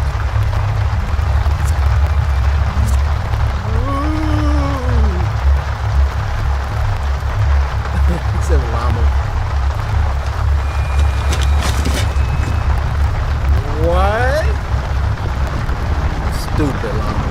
If you want to help support the channel, head on over to the brand new Llama Arts merch store. It has new stuff available like updated t-shirt designs, a mug from the Sleepover Story episode, an embroidered hoodie, a llama pin, and even a llama plushie. All of these items can be found at crowdmade.com. Links are in the description. Hey, get your money, llama. The animations is beast. You deserve it. But I have a question. Wasn't that kid in college? Why do you look 12? The this week is called Winnie the Pooh and the Great Honey Tree, and it was uploaded by me, Kenny. Can't help but notice the misspelling here, and I don't think it was on accident. Now this was sent to us by Dalton on Twitter, and he said, "Corey, I need some help with this one." I don't even know how to respond to that. Like, what are we, you know what? It's a Me Canyon video. I already know what time it is. Deep in the 100-acre wood, Christopher Robin and his friends have had many wonderful adventures. And I believe we may have just enough time to tell you... Do y'all remember? I don't remember Pooh having that much cake. We may have just enough time to tell you one of my favorite tales. Winnie the Pooh and the Great Honey Tree. Okay, alright. Let's just forego that last crisp page. Autumn morning, Piglet was on his way to see his good friend Winnie the Pooh, so that they may look for more honey in the forest. Hey! I cannot wait to search for honey in the forest with my good friend. Oh my God! Oh, bother. Piglet, I seem to have eaten all of my delicious honey. Oh my God! at you! You're going to pop! That's what we told him, but he insisted that we get eaten. God, Digger! Is that you in there? It sure is, along with all our friends. You all wanted to be in there? In Pooh Bear's big old tummy? We love being in here, Piglet. Time out. Is that the butthole? And y'all eating too. Dang, now you got the mental image of buttholes and you trying to eat. I'm so sorry. Together in Pooh. Join us, Piglet. Be one with us. No. I don't know. This is all so new to me. Get up out of there. Inside me, you are safe, Piglet. No. You are family. Join us. No. Join us. Piglet, run! Join us. Run! I'm afraid, Pooh. I've never done something like this before. Stuff me like a pot of honey, Piglet. Huh? Wait, what? Make me feel good. Make us all feel good. Whoa! Pooh, is it okay to be old? Christopher, dinner's ready. Mom! Shut the fuck up! I'm coming! Okay, sweetheart. I gotta censor all of that. Christopher Robin uploaded the most liked Vor fan fiction on furaffinity.net, thus giving him social rankings amongst the furries that could only be comparable to a king. The end. Dalton, why did you send me this?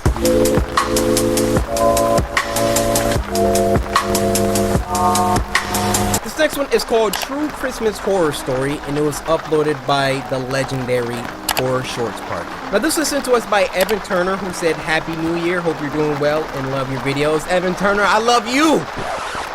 What will y'all understand? There ain't no Corey Kenshin without Pisano. Perfect. Evan, what you talking about you love me? You gotta relax with all of that. Horror Shorts Party. Y'all know what time it is. Who narrating? My boy, Terrence Nicholson! And Ariane. I hate Christmas. I hate it with the most malice intentions ever. Why? As a matter of fact, the thought of Christmas makes my skin crawl. Bruh, I wasn't like this before. It's the best holiday. I used to cherish the holiday tradition, but all of that's changed now. It all started a couple years back when I was 26 years old. It was the holidays, so Christmas was around the corner while festivities were in full effect. Hey, I'm on my way to pick you up. I'm excited to go Christmas shopping. Yeah, me too. Talking to your girl? Me and my girlfriend Emma had dated since high school, so the bond that we shared was something most couples couldn't fathom, to say the least. Really? I decided to propose to Emma on Christmas. Figured I couldn't go wrong on such a monumental occasion. I remember it being a snowy evening when me and Emma went to the mall to do some holiday Christmas shopping. Yeah?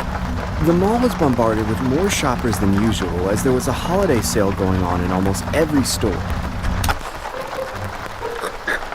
One thing I love about Horror Shorts Party, there are so many Easter eggs. Exhibit A, zoom up there. You see that? He was on one of them other episodes. Let's go back a couple frames. Foot lettuce, as in Burger King foot lettuce. Number 15, Burger King foot lettuce. The last thing you'd want in your Burger King burger is someone's foot fungus, but as it turns out, that might be what you get. Man, I love the Easter eggs. More shoppers than usual as there was a holiday sale going on in almost every store.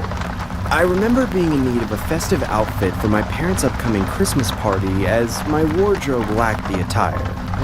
I decided to check out the clothing store Forever 21 as I could see they had a wide variety of selection from first glance. Some heat in there sometimes. I picked out an array of various Christmas sweaters and headed to the fitting room while my girlfriend waited outside for me. Y'all see what I'm seeing? Emma got that dump truck. Oh yeah, fits way better than my dad's lame hand-me-downs. Hey babe, how does this look? I noticed my girlfriend Emma wasn't there. Sure. I figured she must have gone back into the store to look at more clothes.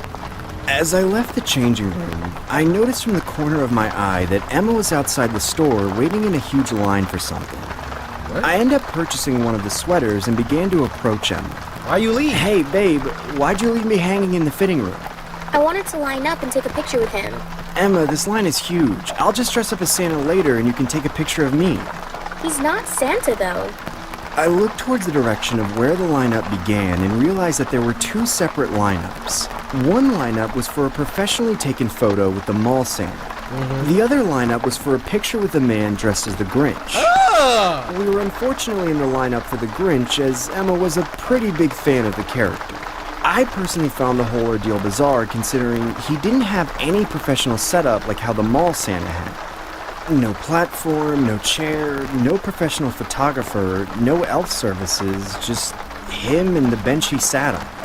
I assumed he was one of those street performers that just dressed up for donations, except there was no tip jar or anything that would allow guests to donate in.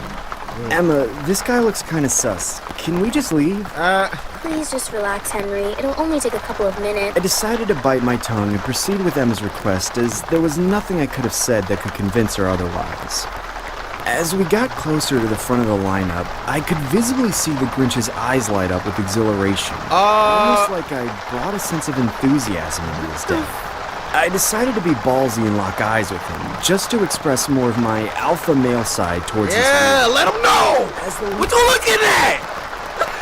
I don't know who the alpha male is. We could stare all day. I'll be in public too. He be looking, I'm like, you could take this outside if you want. Time gradually progressed. I realized that he wasn't making eye contact with me. He was looking at my girlfriend, Emma. It was blatantly obvious he had an interest in my girlfriend due to the lack of attention he was giving others taking photos with him. What the hell is this guy's problem? Why is he checking out my girlfriend? We eventually reached the front of the line and approached the Grinch to take a three-way selfie with my cell phone.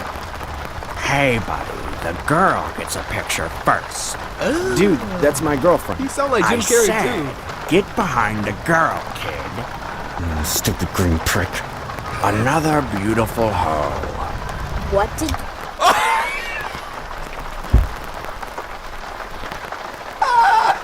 Woke up and chose anarchy. Did you just call me? I mean, ho, ho, ho. Merry Christmas. What's your name? My name is Emma.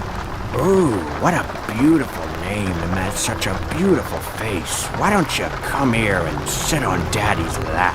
Dude, what the hell is your problem? Back off. She wants a picture with me, not you. He's my boyfriend. Don't talk to him like that. Sit on my lap and be a good girl, Emma, or else Santa won't give you any presents this year. There we go, Emma! Putting on my naughty list, little brat! That's when we decided to head home. Yo! I remember dropping off my girlfriend at her place and then heading home to assist my parents in prepping for the Christmas party the following night. My parents were really old school and put a lot of effort into decorating their household, especially during festive holidays like this. Bruh, that whole ordeal. Later that night, I remember making myself a glass of hot chocolate spiked with a little bit of my dad's whiskey. I sat by the fireplace and enjoyed the fire crackling ambience while casually sipping on my drink. Figured I couldn't go wrong with that on a warm Christmas Eve. Where's your family at?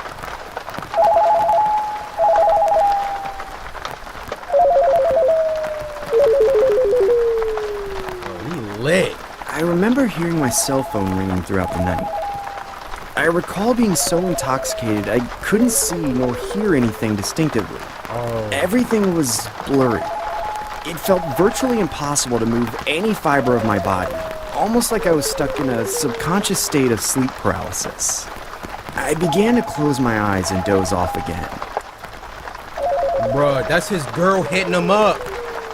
It's going down over there. A couple hours later, I recall a voice whispering my name. Hey, Henry. Henry, wake up. Hello, wake up, little drunk. It's me, Santa. I could vaguely see the outline of a man that looked like a Santa figure standing in front of me. Bear in mind, I was still in a groggy and incoherent state of mind, so making out the gentleman's minuscule facial features was almost an impossible endeavor to comprehend. Hey, Henry, I bought you a Christmas present.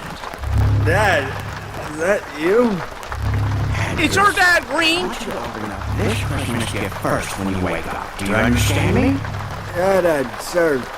I'm going to leave it right here in the middle of the Christmas tree, okay? Okay. That's his girl. Okay. Anyways, Merry Christmas, Henry. Merry Christmas, Never sleep again, Henry. Bro, he done wrapped up his girl's dump truck. A couple hours later, I get awoken by the light from the living room window illuminating on my face. I realized I'd blacked out due to the spiked concoction I'd whipped up the previous night. I checked my cell phone and realized that I had about 10 missed calls and over 100 missed texts from Emma. I opened the text messages, only to see the text reading, Hey, is that you? Are you inside my place? This isn't funny, Henry. and so on and so forth.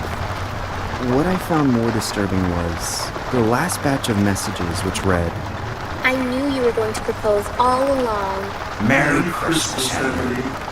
It just kept repeating over and over again. I began calling Emma's cell phone and only got her voicemail. That's when I closed my eyes and began recollecting the imagery of what transpired last night. I could vaguely recall someone dressed as Santa and leaving a present underneath the Christmas tree. That's when I noticed a box that looked out of place from the rest of the presents. I took the box and opened it, only to discover a severed hand. The hand had a message on it which read, Marry me.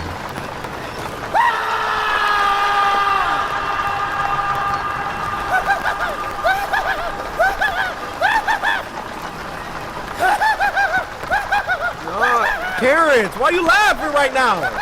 Freaking Grinch. When all of that Joe was popping off at the mall, as soon as my man started talking crazy. The first video of this week is called I've Got a Golden Ticket, and it was uploaded by Neat Canyon. So you know what that means. Now this was sent to us by Private Ryan, who said, I think you'll like this one. You know what, Ryan? I think I will too. Neat Canyon is a fantastic animator. He's just demented, that's all. Demented! Really, Juan? Well, Charlie, you're the last child. Yep, see, I don't even want to watch no more. This is Charlie in the Chocolate Factory if Stephen King made it. Well, Charlie, you're the last child left. Isn't that exciting? I don't know. You're a very lucky little boy. Levitate? You get to see what's behind that door. Now, Charlie. Oh my God. Don't you want to see what's behind that door? I don't know. No, Charlie. Say Come no. on, it'll be fun. Follow me. I need an adult. Oh! Oh, caught you taking a peek there, Charlie. That's all right. Nothing wrong with window shopping from time to time. It's when you get handsy. It's when you get yourself into some trouble. Come over here, Charlie. Ah! The factory I'd like to show you. Really Wonka, no disrespect, but you rocking pancakes anyway. I ain't trying to window shop nothing. Now slam that freaking door behind him. Go ahead and taste the wall. Go on, try it. Huh? That doesn't look like candy. Well, what flavor do you think it is? I don't know. Charlie, I'm just messing with you. There's no flavor on the wall. You like that rust pretty good, though. Don't worry. We'll get you a little tetanus shot before you leave. Where's my grandpa? Oh, he's just hanging around. Don't worry. You're in good hands. Bruh. Who the... Take a look at this. Who is that? Yeah, it's pretty cool. I know a lot of... That's his grandpa. Was that his grandpa and he like sold him? Why didn't he say anything? Take a look at this. Yeah, it's pretty cool. I know a lot of celebrities, I guess. Like their finger around here in the factory from time to time. Hey, do you know who this is, Charlie? I don't know. That's the 42nd President of the United States, Bill Clinton. Yeah, he's a good friend of mine. Past presidents have a lot of connections, Charlie. A lot of connections. But so do I. His face is disturbing. Your clothes look awfully filthy. I'm all for a little stink, but best to get you some clean clothes. You know, for later. Why are we down here? Ugh! Oompa loompa doopa dee doo. You are a filthy boy, yes, that's true. You have soft hands and beautiful eyes. Take his measurements and be gone with you. Looks like a medium. Let's get him a small. Get it right. Get it tight. Be gone! Sorry about that, Charlie. That didn't make you feel uncomfortable, did it? Very. I don't know. Very. Gosh, Charlie, I gotta tell you, my back and shoulders are tight. Running a factory sure does have its physical costs. Okay. Have you ever had a massage, Charlie? I don't know. Where's this going? Me, Canyon, where's this going? You're losing me here. The tension's building, all right? I don't want to see where this road ends, but I can't stop driving. Your hands look very soft. Also strong, very strong. You play much baseball? I don't know. Only a couple rooms down. Come on, big guy. And I hate Charlie, that You wouldn't mind giving me a quick massage, would you, pal? I hate to be a stickler about the rules, but the golden ticket you have there states that I can ask for a free massage at any time. Let me look at it. You look like you don't believe me. Go ahead and take a look. Yep, thank you. You about to be in my face. Wait, hold up, let me... We've really bonded, Charlie. I'm excited to get to know you a whole lot better. I wanted to read that! Oh, look how quick he took his freaking jacket off. Golden ticket. Greetings to you, the lucky finder of this golden ticket. Present this ticket at the factory gates at 10 o'clock in the morning on the first day of October, and don't be late. You may bring with you one member of your own family. All right. If you're above the age of 15, disregard this ticket. Underage guests may be asked to give Mr. Wancha a massage at any given time. We've really bonded, Charlie. I'm excited to get to know you a whole lot better. Charlie, let's put those hands to good use. What do you say? Huh? You didn't see anything. You hear me, you little shit? You didn't see a fucking thing. What do you know what's going on here? Don't worry, son. You're safe now. He didn't hurt you, did he? I don't know. He was about to. Charlie, my friend. I made it out of the chocolate river, Charlie. Charlie! He's got it good! It was just some German kid. Damn! Chocolate monsters, yeah. That's it. We don't want to tell anyone about what happened here today with the chocolate monsters. Right, Charlie? I don't know. Get him out of here! That was about to get real ugly if them police didn't show up. But Me Canyon is solidified and certified one of the most highest quality animators on this website.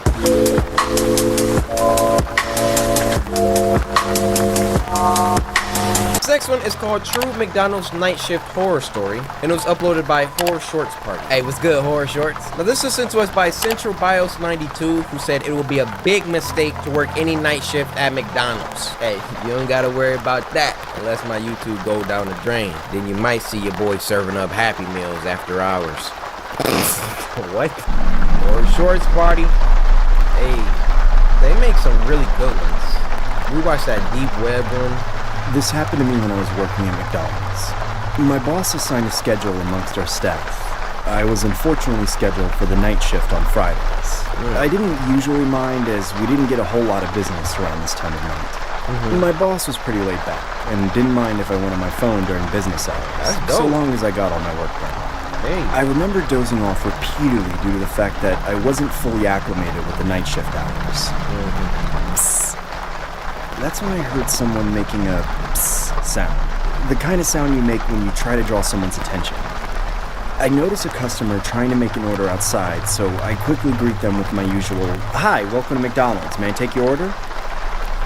I then heard a man say, "One Whopper, please." "Yes, I would like one Whopper." Sir, welcome to McDonald's, home of the Big Mac. It's like working at Panda Express and somebody walk up and ask for a taco. "Whopper, please?" I couldn't tell if he was being a smart ass or not, so I ended up saying, "This isn't Burger King, sir. We don't serve that here." Right. I heard him chuckling profusely after I said that. What's funny? Go to Burger King. I quickly checked the security camera, only to see a clown. The clown was standing in front of the drive-thru menu without a car. It's not Halloween. Why the hell is this guy dressed up like that? I really didn't want to serve this guy, so I decided to use our company policy as a plausible excuse for him to exit the premises. Hi, sir. Unfortunately, you need to be in a vehicle in order to purchase something here. If you don't have a Whopper, I'll take a Baconator instead. Oh, you think you at Wendy's, I now could tell this guy was some random psycho harassing him. I instinctively yelled, Get the hell out of here before I call the cops! I cautiously stick my...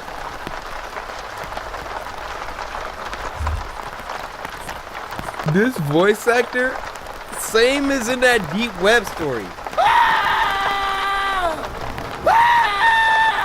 He got the most energy, dude. Get the hell out of here before I call the cops! I cautiously stick my head out the window, only to see the clown no longer there.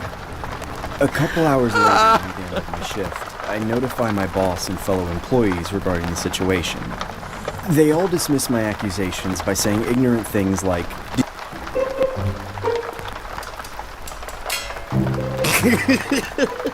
When your little sibling comes into your room, get the hell out of here before I call the cops!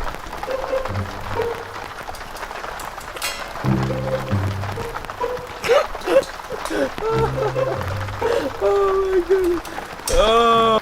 A couple hours later, near the end of my shift, I notify my boss and fellow employees regarding the situation. They all dismiss my accusations by saying ignorant things like, did you get his autograph? Or, wow, it was probably some guy that thought it was Halloween. I annoyingly pretend to be amused and head home. The following Friday, it was my time to work the night shift again. No. I really dreaded working this shift, especially after what transpired that day. I tried to convince myself that it would be highly unlikely that I'd encounter that clown again. Please. As time went on, I remember dozing off as I get startled by always going to sleep sound. I urgently check the security camera, but don't see anyone present. Oh no, he's inside. At this point, I genuinely thought I was hearing things due to my subconscious mind thinking about the clown. My paranoia must have been at the peak of its height. That's when I turn my head towards the drive-thru window, only to see the clown staring dead at me. If you don't make me a Big Mac, I will kill you. You got money? My heart sank to my stomach. The clown knew my name. I immediately grabbed my cell phone to call the cops, but my hands were trembling so much that I actually wasn't capable of dialing anything. The clown started screaming my name, Trevor, repeatedly. Trevor, Trevor, Trevor, I am not loving it! Trevor, Trevor, Trevor, Trevor, Trevor! I see blood dripping down from his head. I started shouting from the top of my lungs, Leave me alone or I will call the cops! The clown runs away as another car approaches the drive-thru lot. I stupidly resume work and... Imagine, after all of that, leave me alone before I call the cops! Hi, welcome to McDonald's. How may I help you? wait for my boss to come in. Upon his arrival, I explain the entire situation to him.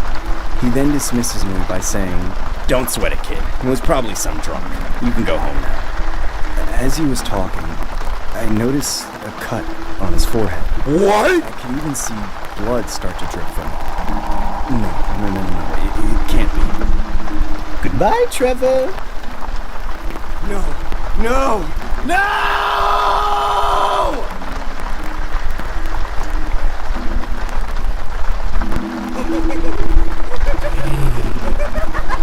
Hey! I don't want to hear this. Another banger from Horror Shorts Party. And shout out to the voice actor, man. Terrence Nicholson, you build different, man. Keep killing it.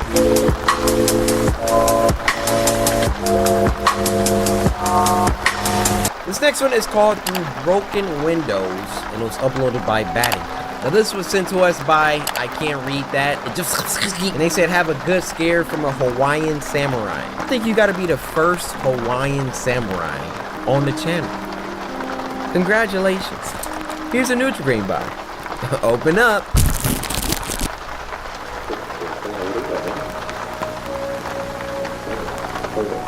You saw that? You saw that? Ew.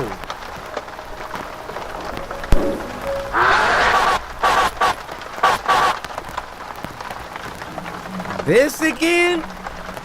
No. Ew.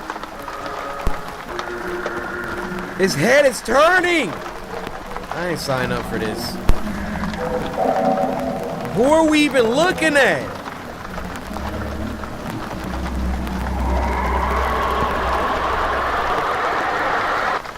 What is it? Say hello to Bonzo! Bonzo is your new best friend. He's a lovable trained companion. I don't think so. Watch as he does everything we say. No, he doesn't. Bonzo, sit. He's already sitting. Bonzo, stay. He's already doing these things. Bonzo, stay quiet. Great job, Bonzo. Oh!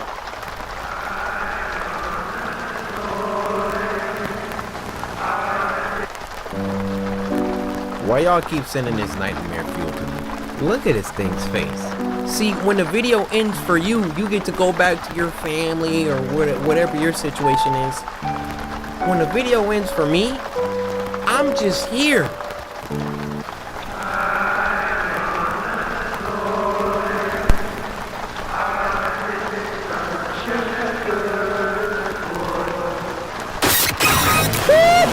He's your pal.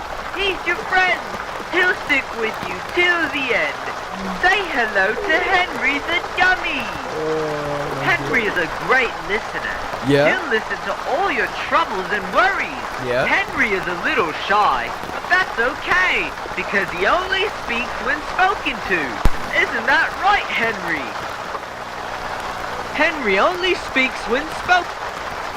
Oh! Do you know the Ice Cream Man? He loves to eat his sweets.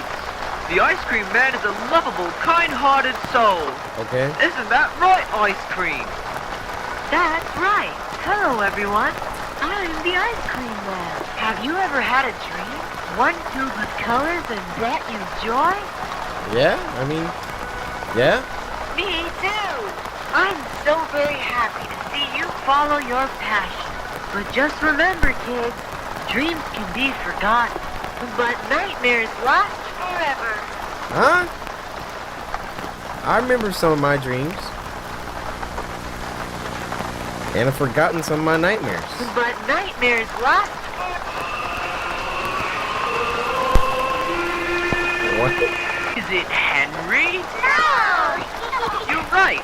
It must be Sophia. The freak are we watching? Sophia is a great friend. She'll sing for you whenever you're in need. Isn't that right, Sophia?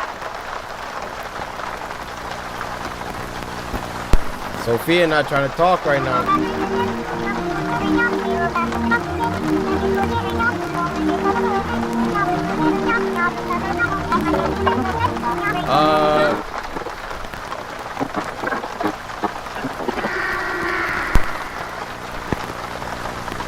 These toys is cursed. These toys are cursed.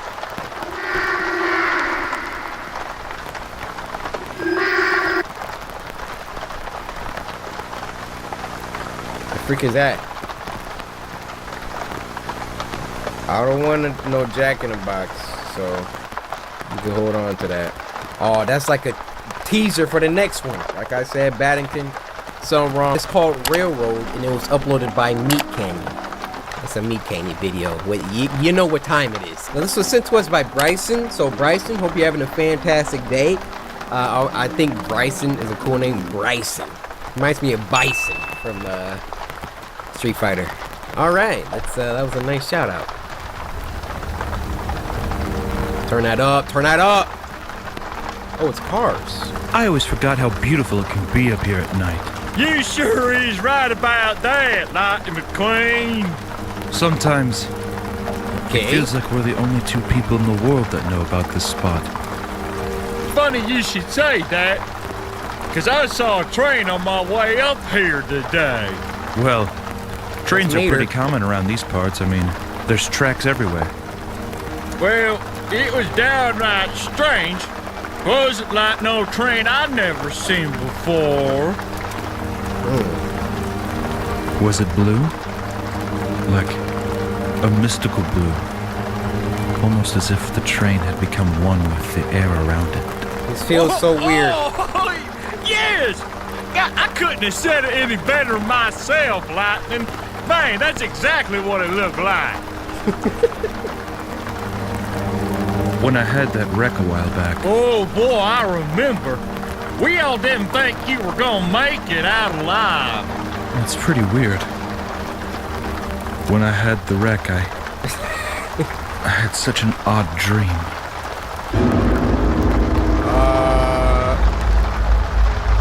Okay.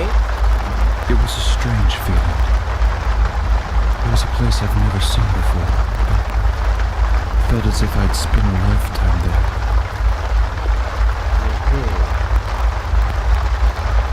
And the only resemblance from a normal world was the sound of a train coming my way. It is called Railroad. I felt fear more than anything.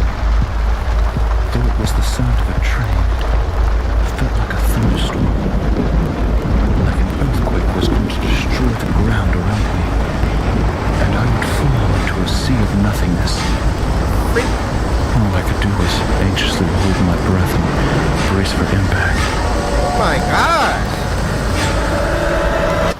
But the impact never came. Instead, a smiling face appeared, emerging from the darkness. Pale and cold, screeched forward on its tracks, only to stop right in front of me. Ew! It was as if I'd never spoken a single word in my life. I couldn't conjure a single sentence to say to him. Nightmare fuel! Dude, I'm driving The off! train finally spoke, and I can still hear his voice in my mind. I have seen past the farthest star, and I have gone to the edges of the earth. If you so choose, I can give you all the things you never knew you wanted. It's the devil! Taste from the tallest chalice. Nope! Die at the largest halls. Mm-mm. All I ask in return is your soul. Ooh, that's the devil! A chance at a life without pain. Without heartache. Nope. Only this I can give you more. Listen! Just for your soul. Oh my goodness! I asked back to him, what of life after death? What of the paradises that await me in heaven above? The train did not look Facts! It didn't make a single sound. Through all the steam and moving parts controlling this demonic vessel, its only reply was... Huh? This turned its back on you. That's why my tracks still push me forward. I don't understand My what body was afraid. Something new and unknown. May it be death? May it be hardship? Suddenly I woke from this nightmare. Wow. I tell you what, that's downright horrifying. Well, I haven't really slept well since then. Oh, come on, Lightning. It's just a train. Nothing to be afraid of out here. Uh-oh. I know you're right. Uh-oh. There's nothing to be afraid of now. Uh-oh!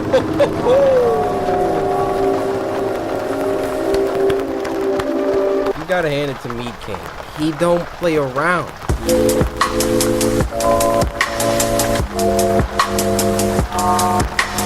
Now this next one is old, but I finally got the permission to react to it. So shout out to you, Nightmare Tales. It's called The Diner, uploaded by Nightmare Tales. This was sent to us by Marty on Twitter. So Marty, I appreciate you. This is your shout out. This is your time, Marty. To all the Martys across the world.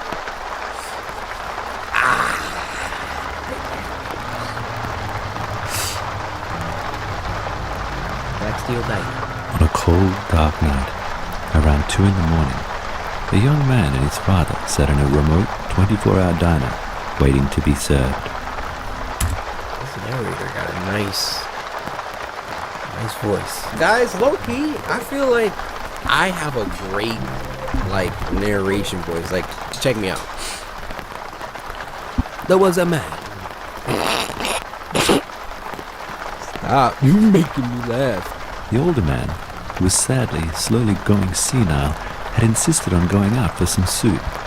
Not having the energy to argue, the son took him out, or at least this way his father would be happy, and then he could get some peace and quiet. Yeah. The waiter walked over, welcomed them to the diner, and then asked if they were ready to order, to which they replied they were. That looked The great. waiter recommended for them to try the burgers. Waiter looked crazy. Best in the West, he said, with a smile that made their skin crawl. They declined and proceeded to order what they came for. The old man ordered tomato soup, and the son a coffee. When the waiter walked away, the son asked his father if he had thought the waiter looked familiar. Not surprisingly, the father said he had never seen him before. But why? He asked. The son proceeded to tell him that he thought he looked a lot like a man he saw on the news that was wanted for murder in another state. But he could easily be mistaken. This made the father quite uncomfortable, so he told his son to shut up and change the subject. Instead, the son then got up, told his father he was going to the bathroom and would be back in a minute. The father waited and waited. Almost 15 minutes had passed, and his son hadn't returned. Bro, go check He on also him. hadn't seen the waiter again. Where was his son? And where was his soup? Just as he finished asking himself, Where's my son? But more importantly, where's my soup? the waiter appeared with the soup. Oh, that's blood. Well, you took your time with that, the old man said. Hey. I'm sorry, sir, said the waiter. Old people. We had some issues in the kitchen. Where's my son? The old man asked the waiter. Oh, I'm sure he's not far. I have a feeling you'll be seeing him really soon. And with this, he placed the bowl down on the table with a smile that would have given anyone the creeps. The old man turned to his soup and then dipped his spoon in to take his first mouthful. As he lifted the spoon, something else came with it. Oh! Some glasses. What the hell? He thought to himself. A horrible chill ran through his body when he realized whose glasses they were. His son's. The old man looked across at the waiter and was overcome with rage when he saw the waiter's sickly grin staring back about at to him. die now. He grabbed a knife, leapt out of his seat, and stabbed the waiter in the chest. The blade went straight through his heart, and while bleeding profusely all over the floor, he died. Boy. Right at this moment, the son appeared from the kitchen and screamed at his father. No! What? Done? It was a prank. We were playing a prank. The old man couldn't believe what he was hearing. A prank? But he's a... Oh my God, he thought to himself as the reality quickly set in. I've killed him. The father and son had to act quickly. They grabbed the body and decided to stash it in the cool room. Yo! No! Call the police! No, that's on y'all, alright? This ain't on the dad! To buy them some time. They would then clean the floor Y'all and play too disappear, much. as if they had never been there. Y'all princes everywhere. Perfect, they thought. There were no witnesses and no one to stop them. Well, that's what they thought, until they slid back the door to the cool room and were greeted by a sight so shocking it made both of them wish they were dead. They had disturbed the waiter's brother, hard at work, making meat for burgers. The best in the West, apparently. Not that they would ever know.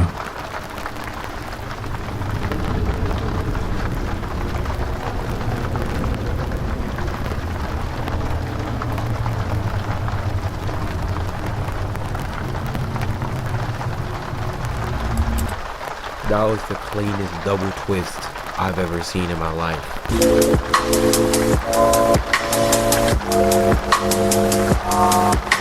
Now this next one is called Mermaids, and it was uploaded by the GOAT himself, David Ramiro. If y'all don't know who David Ramiro is, I'm talking Pleasant Inn. I'm talking Midnight Snack. I could go on.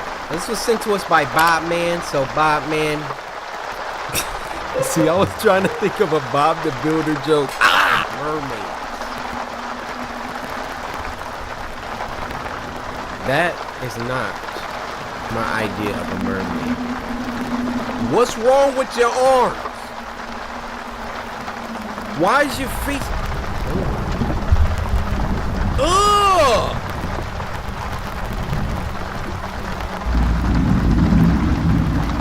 Oh my... Guys, whatever you thought mermaids looked like was wrong. Rudd sound effects? No. Oh! That was just a loud.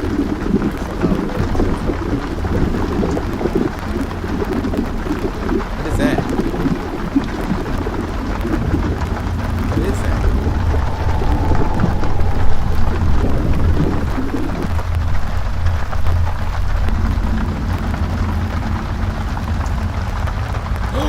Look at the big one! Woo-wee! Now that was unsettling. Y'all know one of my deepest fears is the ocean. Just the thought of being down so deep that the sun's rays cannot reach you anymore. Utter and complete darkness. And then just some huge, massive organism floating towards you.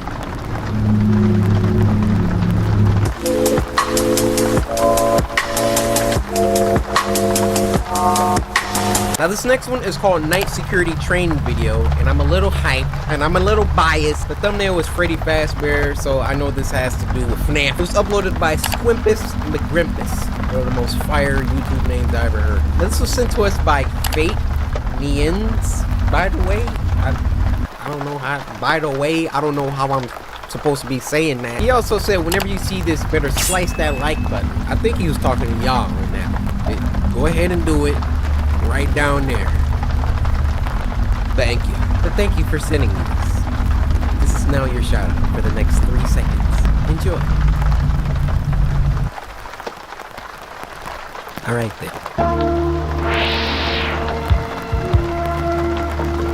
Welcome to your new job at Freddy Fazbear's Pizza. All right. This video will elaborate on your duties as a nighttime security guard and will get you up to speed on the tool. This is so authentic. This legitimately seems like a video that they would sit you in a room and Sometimes I get too excited, I choke on my spit. Guard, and will get you up to speed on the tools you will be using. Alright. Section 1, CCTV system. Hate them cameras. On your work desk should be a large tablet. Instead of using a desktop computer to access CCTV cameras, you'll be using this touchscreen tablet. Freaking Pressing tablet. the button on the side will boot it up and introduce you to a possibly unfamiliar interface. There should be a map of the restaurant on the bottom right corner. Yep. Pressing the buttons on the map will change the... Oh, I got chills. I got chills! Section 2. Door controls. You might have noticed the 2 large doors to your sides, and also your lack of provided flashlight. But why is that? You will need to use a flashlight with these specially engineered door controls. Pressing the white button will activate the light set outside the door, illuminating it. This is fire! Possible dangers. During the night, we allow our animatronics to roam the building to keep them from locking up and keeping repair costs low. However, this does pose the threat of an animatronic entering your office and possibly damaging valuable equipment. Or use the security doors to keep them out of your office.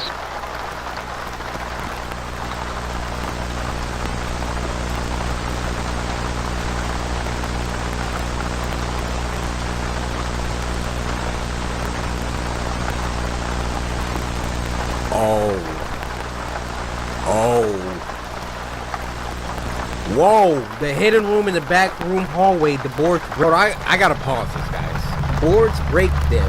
I'm in there. I'm in there.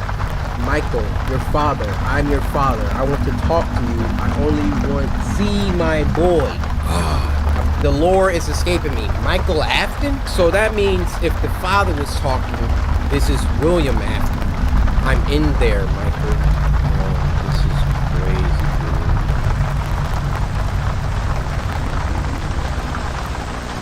This is crazy, dude.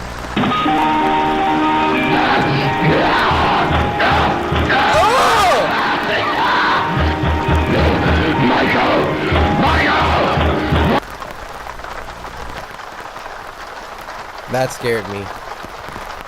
I think I'm gonna have to give y'all a 10 this week just cause of that video.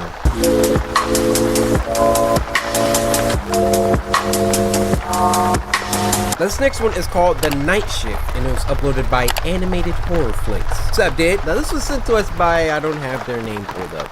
Now this was sent to us by Buck195. So you gonna give me a nickel and make that $2?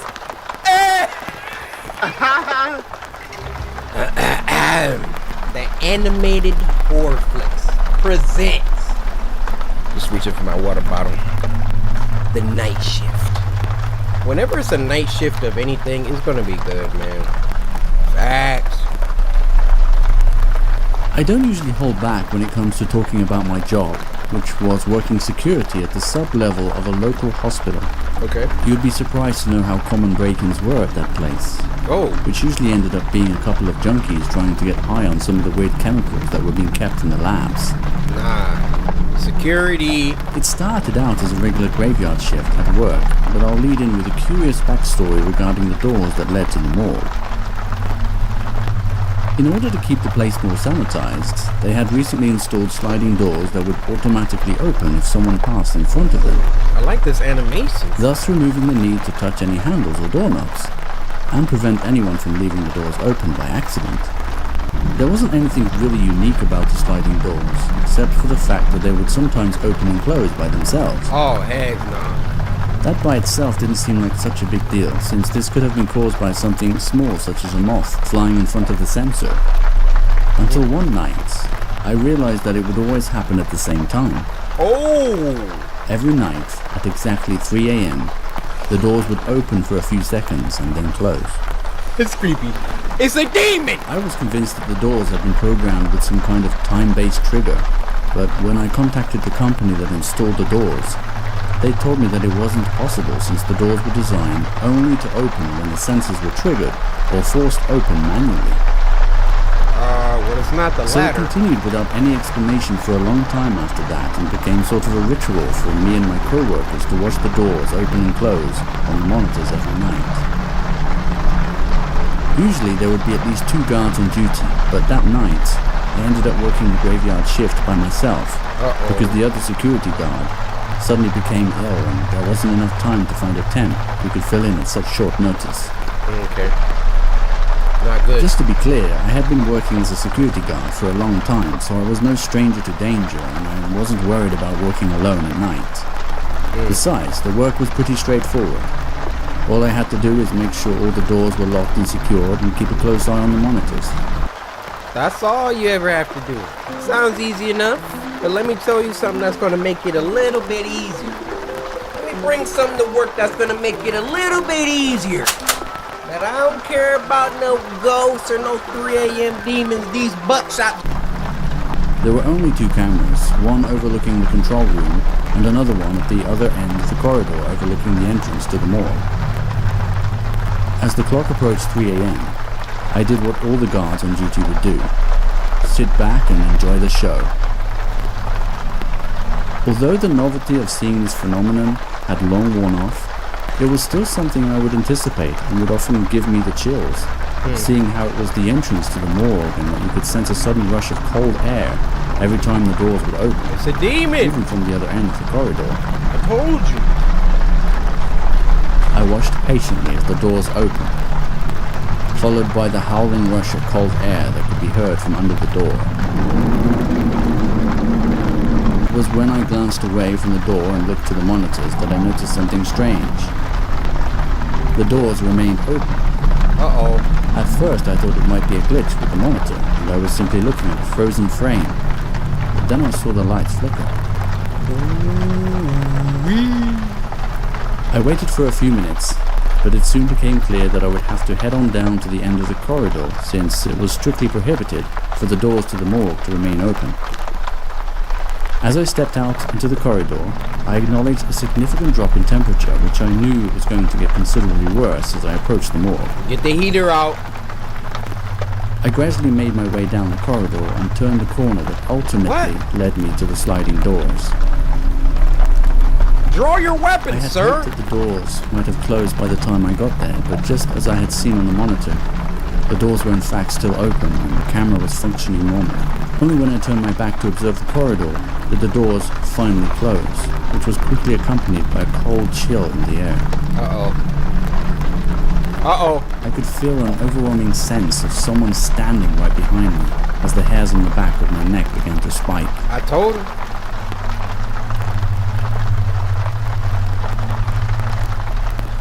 Then he gonna turn around like, bro, as soon as I feel somebody behind, I don't waste any time. If you are in a situation and you feel somebody behind you and you turning around like these,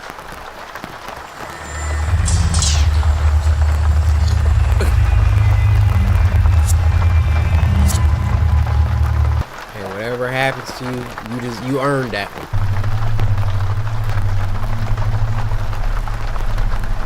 But it turned out to be more of the same eerie silence as before.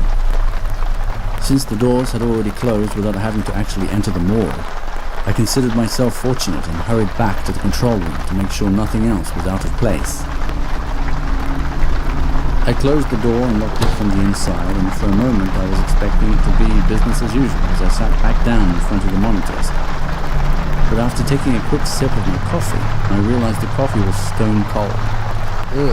Not just lukewarm as you would expect, but genuinely chilled. I hadn't been away from the desk for that long, so it didn't make much sense at all. But then I remembered that I had felt that same chill before at the other end of that corridor. Out of curiosity, I decided to rewind the security footage back to when I approached the doors to see if I could spot anything out of the ordinary. Which is when I witnessed something that I simply couldn't explain. What? There was a girl standing in front of the doors behind me. I couldn't really make out her face due to her long black hair. That was a stark contrast to the white gown she was wearing. She just stood there staring right at me and then walked towards the exit. To this day, I can't explain it, because I had just been there and I hadn't seen anyone. It was when I checked the other camera overlooking the entrance to the control room that really sent a chill down my spine and still gives me nightmares to this day.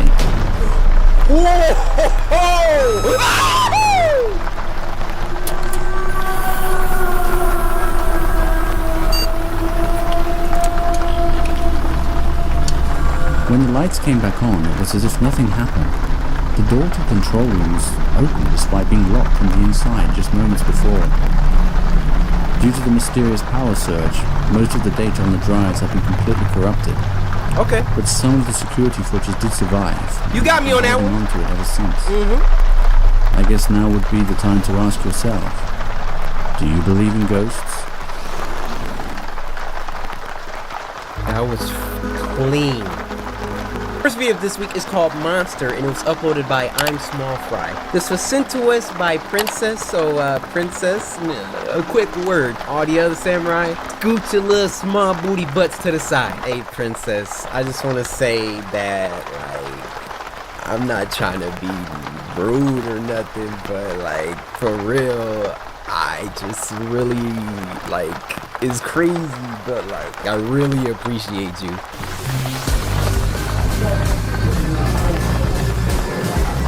What freak? Hey. Oh, okay. Oh, wow. This looks like some, actual, really good animation. Cammy? Is it just me, or are we being watched? By who? It's just you, Charlotte. Chill out. Compliments of the gentleman at the end of the bar. Oh, no thanks. Look, that guy just spent 25 bucks on you. I'd take it if I were you. Well, you drink it. I said I don't want it. Oh my gosh. Why are you walking home alone at night? Why?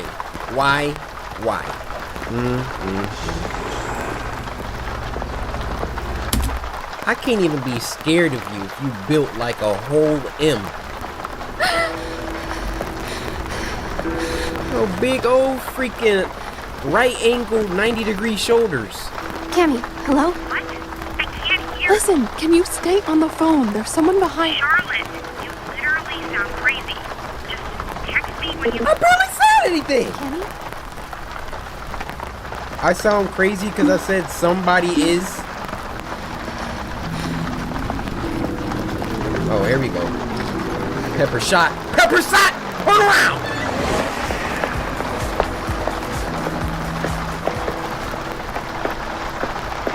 Oh, is she really tripping? Oh! Nope, she wasn't.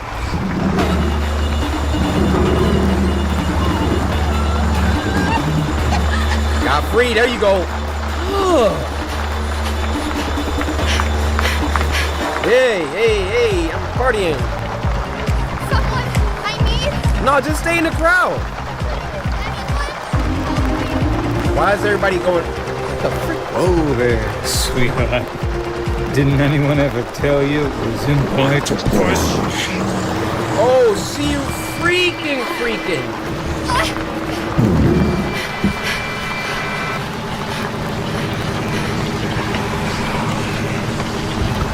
Oh.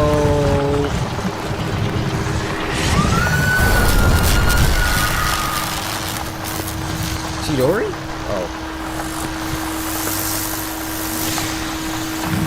Oh, they can't come in the light.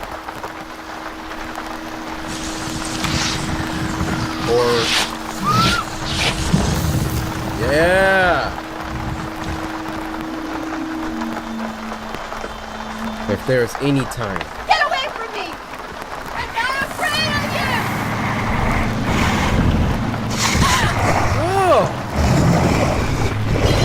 Oh.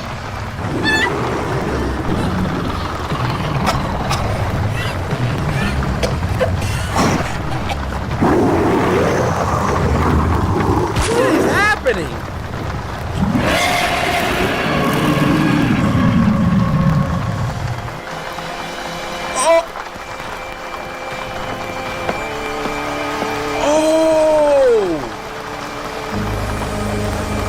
Got him! Red dot. Fuck, can a guy say hi to a pretty girl? Guy say hi to a pretty girl?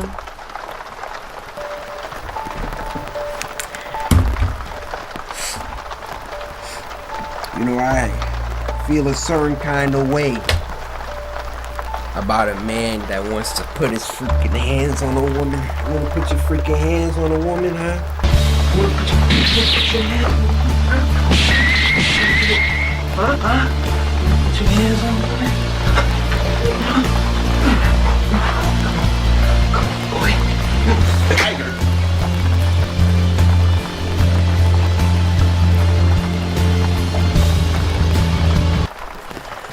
Sorry. My bad, y'all. Bro, you wouldn't have walked away from that situation.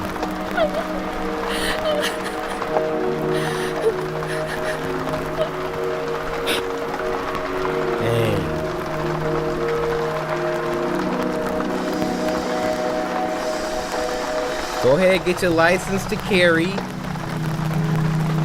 That's the true equalizer.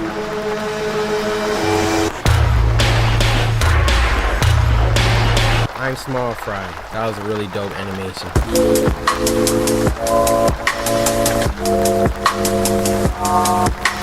Now the next one's called Do Not Eat the Carrot, and it was uploaded by Surreal Entertainment, who is a really awesome dude. I actually talked to him for a little bit. Super nice guy. Now this was sent to us by Ali.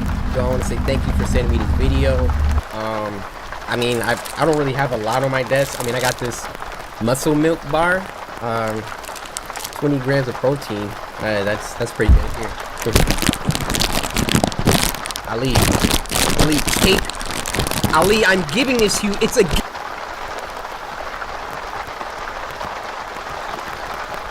Creepy deep web horror story, and it was uploaded by Wansi Entertainment. This was sent to us by JalenGarcia.Corey-Kenshin, so I can only imagine that you appreciate me. You've already sliced that like button, and the fact that you sent me this could only mean that you adore me. And JalenGarcia.Corey-Kenshin, I adore you as well. Any deep web anything, I'm not a fan. A few years ago, while I was in high school, the deep web was becoming very popular. This is a brother. You can always tell a black guy from a white guy. Like my voice. Like, if y'all heard me on the phone. Because most of y'all hear my, "What's up, YouTube? Hey, guys." But, you know, when I'm on the phone, it's late at night, talking to a lady, I'm like, "Hey. Hello. Yeah, girl. Yeah, I just got done. Just got out the shower." And then I hit her with the 안녕하세요. 사랑해요. Years ago, while I was in high school, the deep web was becoming very popular. I never really got into it until my friend told me about it because he was into that weird stuff. Yeah. One day after school, I had nothing to do, so I went onto the browser tour. Oh. I didn't really see much, so I called my friend over so he could help me out. Once he got to my house, we started searching more and more. We saw a lot of drugs and illegal weapons, stuff like that. Then he clicked on a link that was in a chat room, and the link said, "Watch this." As we're sitting there, we were just staring at the screen that went from black to the outside of the building within a few seconds. And out of nowhere, a sticky note that said, "Want to see something cool?" No! So then I typed, "Yeah, sure." What was weird was the guy wouldn't type. He just showed sticky notes in the camera. And he also never spoke. All of a sudden, the camera started moving toward the building that it was facing. As we're watching him move toward the building, we noticed that the building was in our neighborhood. What? Then he quit moving and put another sticky note that said LOL. That kind of creeped me. Bro, my camera died, but I mean, what if they didn't get on the deep web that day? And then a person entered the building, which was eerily dark. No. The camera stopped at a padlocked door and then unlocked it and opened it. The camera moved toward the back of this dark room, and there was a dog bone on the floor. Now at this point, the camera was only facing the dog bone. A few moments later, whoever the person was that was holding the camera put something in the bowl that looked like just slop. Honestly, it looked like feces. Then you hear another door open and a girl crying in the background, along with a chain dragon. This girl shows up in the camera crying with a chain around her neck. And the guy shoved her face in the bowl and puts a sticky note in front of the camera that said, "Cool, right?" Then the screen goes black. We sat there for about 10 minutes in disbelief, but the stream was still live. Then out of nowhere, the camera was back on, and it was in the corner of my street. Then another sticky note that said 545 East 99th Street off of St. Clair. That was my address. Then another sticky note that said open the door. We sat there confused, then out of nowhere, a knock at the door.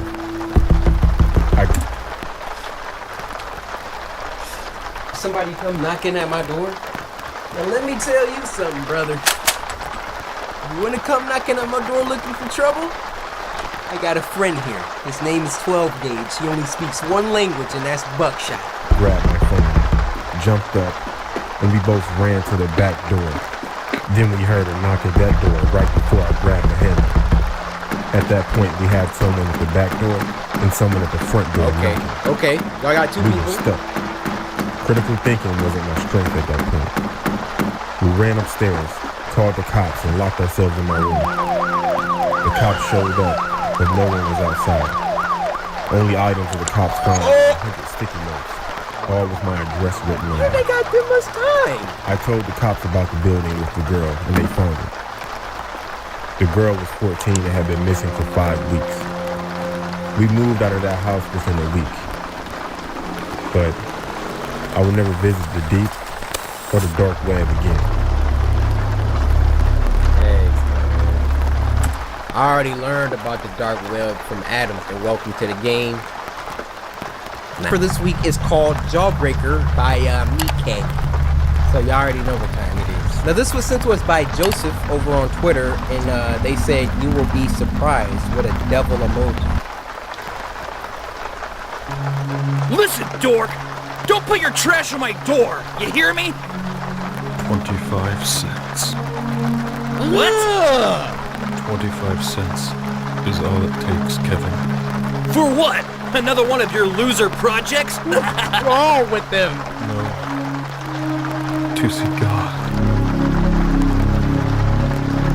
Have you ever wanted to see something so beautiful? So unattainable? Huh? Where's Johnny? He's witnessing perfection. What do you mean?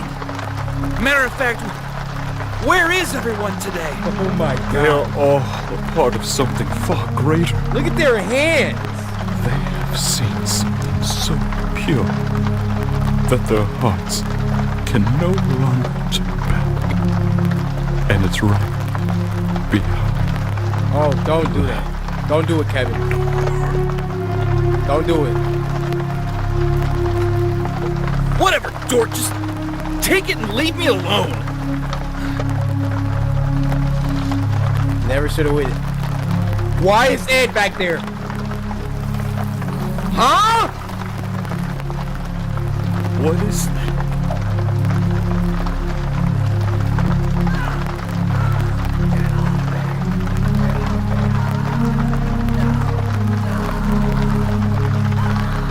Now, who wants a jawbreaker?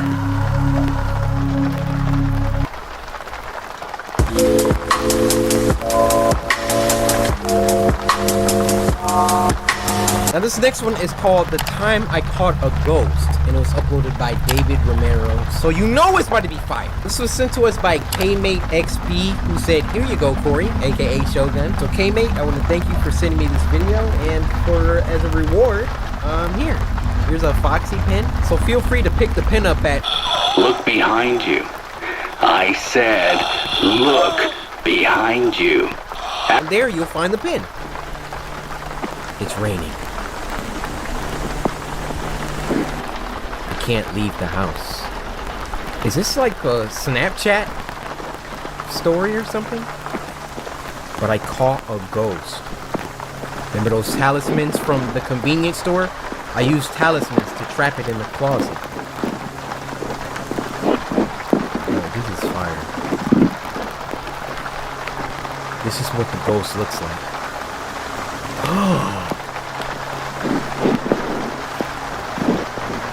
It escaped. I forgot to cover the ceiling and floor. Come on, mate. It must be in the attic. Get out of the freaking house then, mate.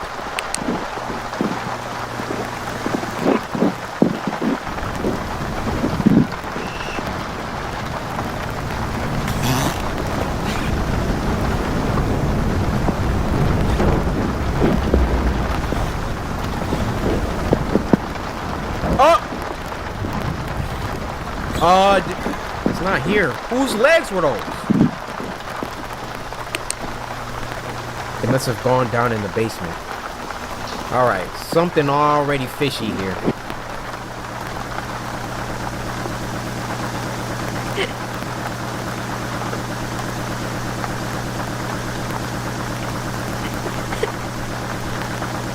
There it is. I found the ghost. It's inside the wall.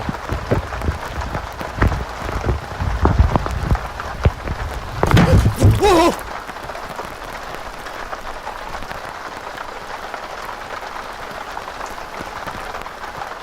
My eyes are watering from that.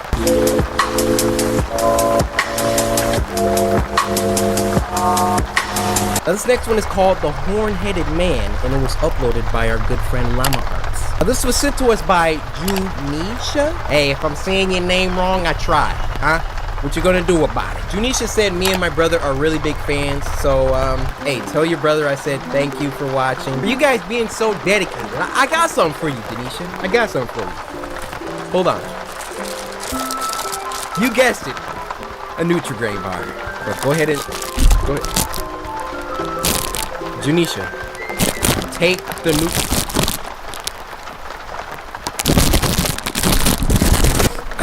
Moonlight peered through my window as I jolted awake.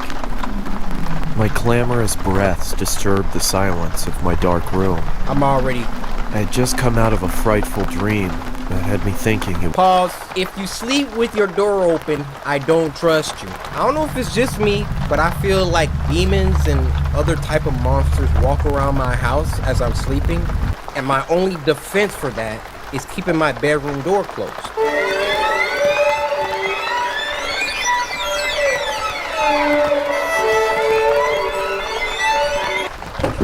All too real. Just saying.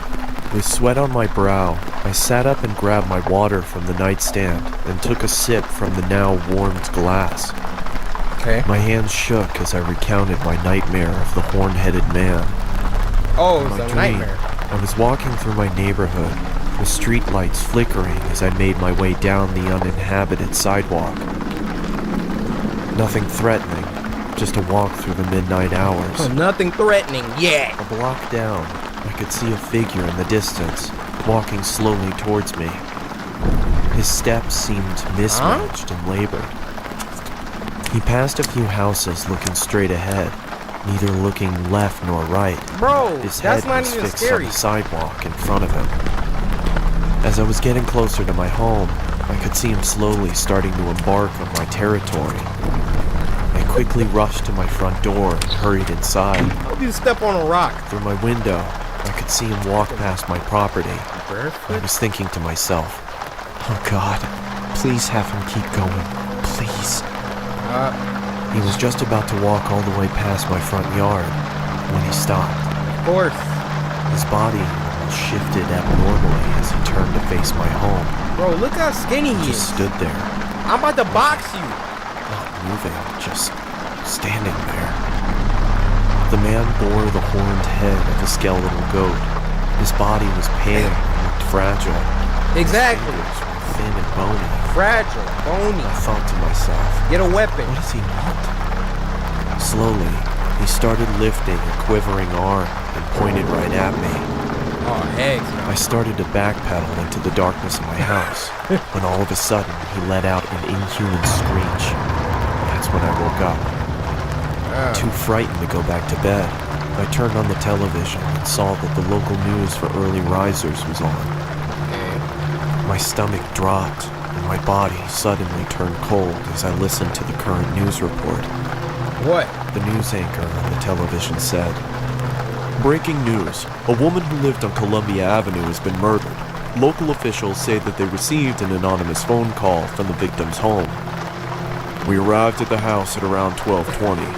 We saw the victim inside in a card which rested next to her." The sheriff held up the card. Oh my God. On the back of it, I could see the image of the horn-headed man. The officer started to read. "One down. Slowly I go." He then lifted his head back up. His blood started trickling from his eyes and mouth. I sat there shaking, and I couldn't breathe. Columbia's just 3 blocks away from me. I jumped out of my bed and ran to my window. Where are your Something curtains within at? me made me want to look outside. That's when I saw him. He just stood there, looking, not moving, just looking. The horn-headed man, his body pale and fragile, and his fingers thin and bony. You know what I got for them bony fingers and them frail arms? Put your paws up, buddy. Put your paws up. See, when I feel threatened, I just start getting loud. And I told y'all this before. Like, if I hear something in the corner, hey! Hey, who is that? I see some goat freaking head guy walking around barefoot, and then he stops and points at me. Hey, put your hands up! Ooh, okay, first of all, before I start this, I know y'all done seen that Siren Head video going around TikTok/Twitter.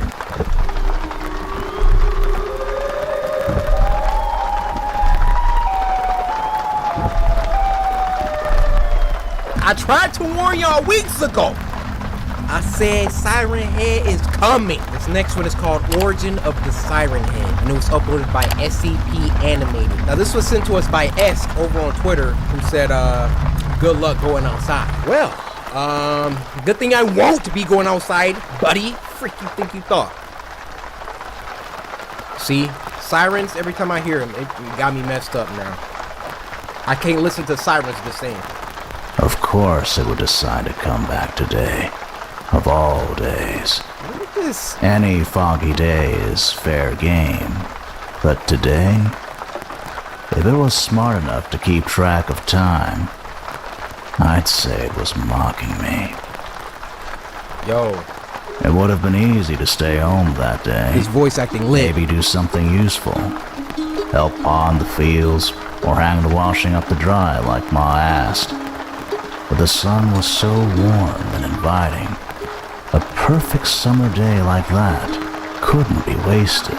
There's nothing but critters and mischief out there. Right.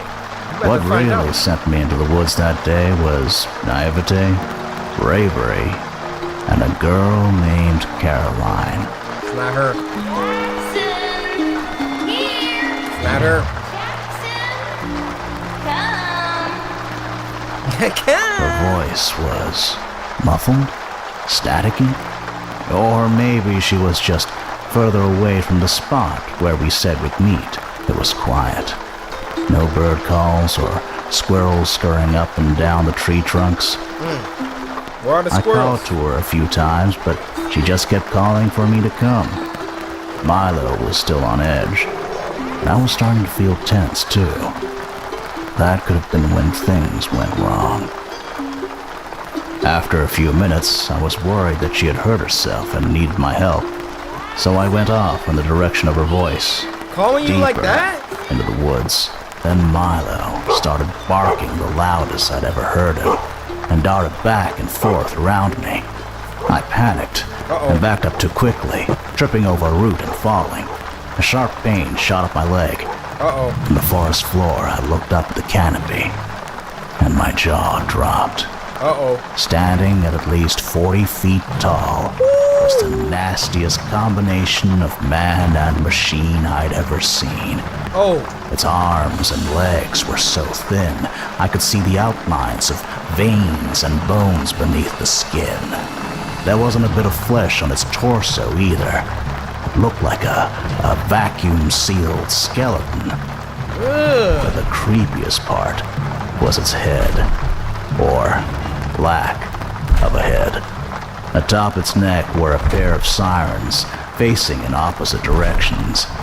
No eyes or ears, but it did have mouths inside those sirens.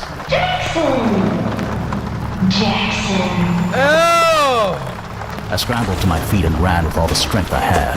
Milo bulked by my side, just as afraid as I was, hearing the deafening sounds of trees cranking around me, their enormous trunks splintering and crashing to the ground. That's when the sirens started blaring from the creature's head.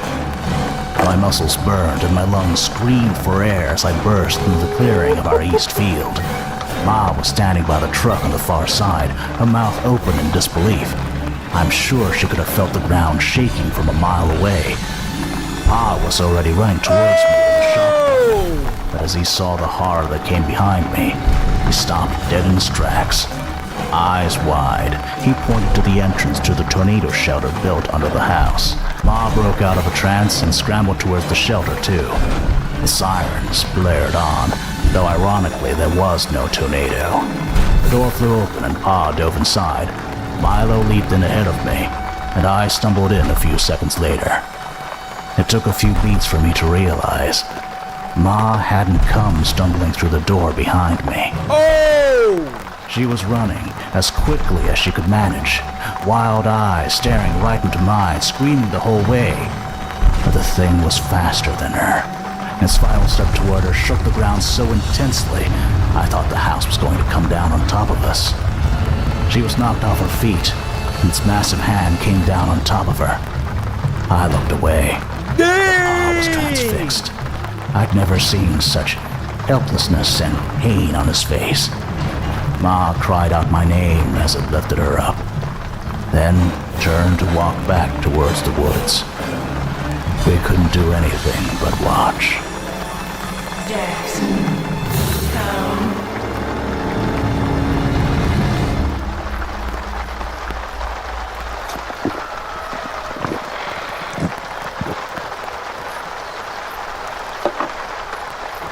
Milo, come on.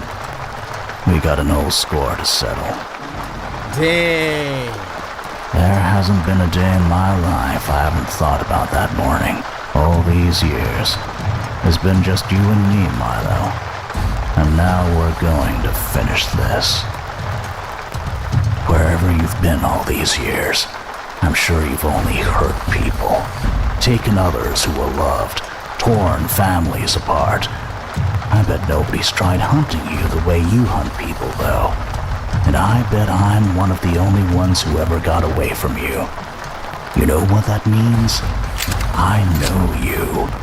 And I've got nothing left to lose.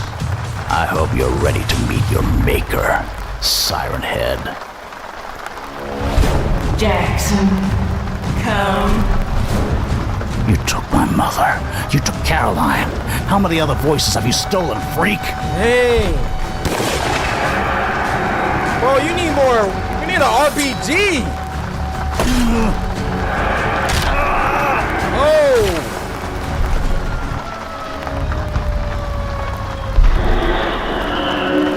Dang. Who got bodied that quick?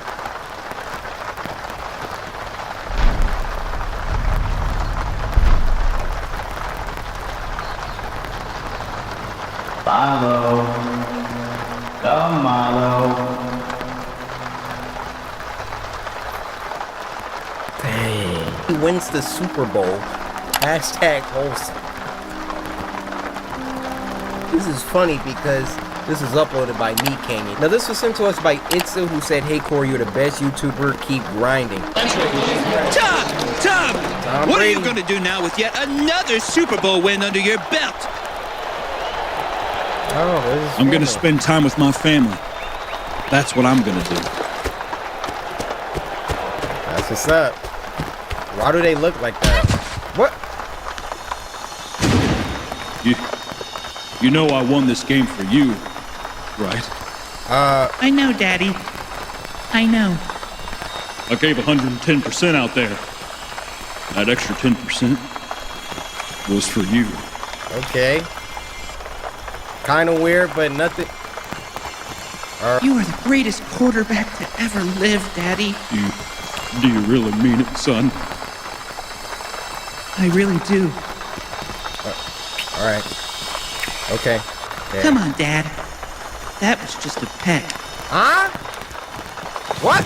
Oh!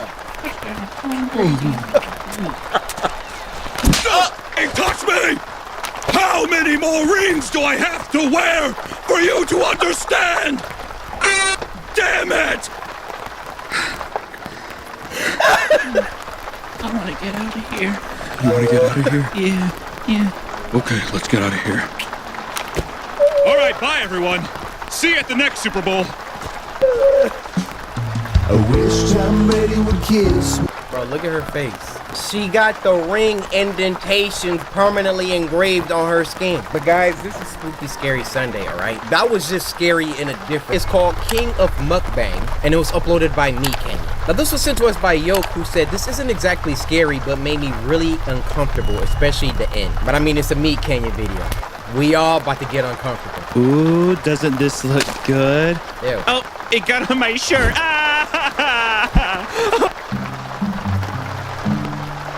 Why does that guy do that?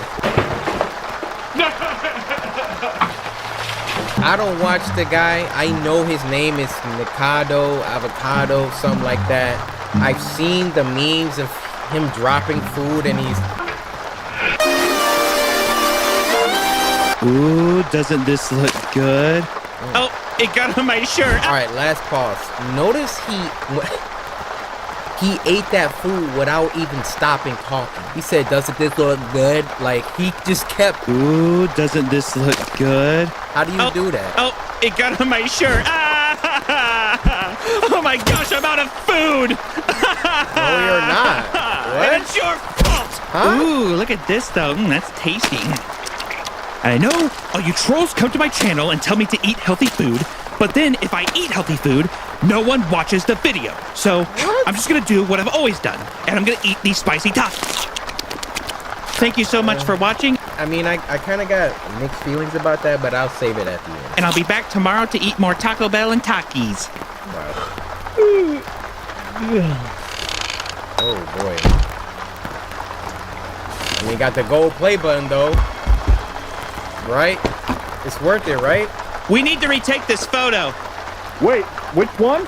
The one where we went to Florida a couple years back. It was such a nice time.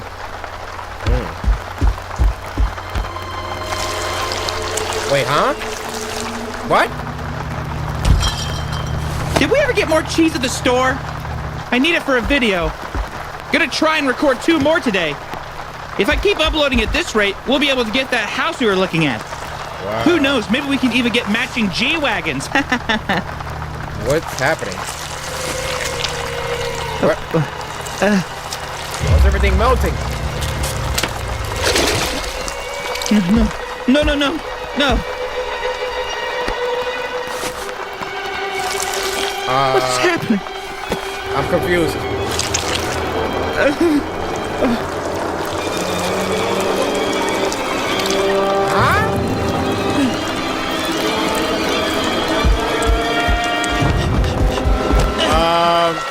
This is a problem.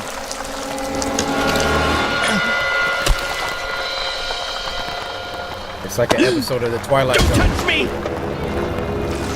Whatever he touches! Oh! No, Arlen, no! The wall. The wall. What?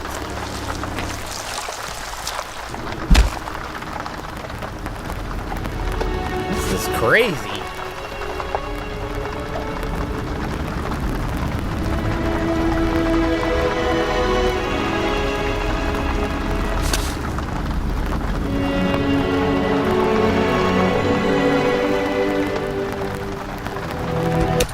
This music is like so epic. I feel like I'm watching a real movie right now. Shout out Meat Canyon, bro.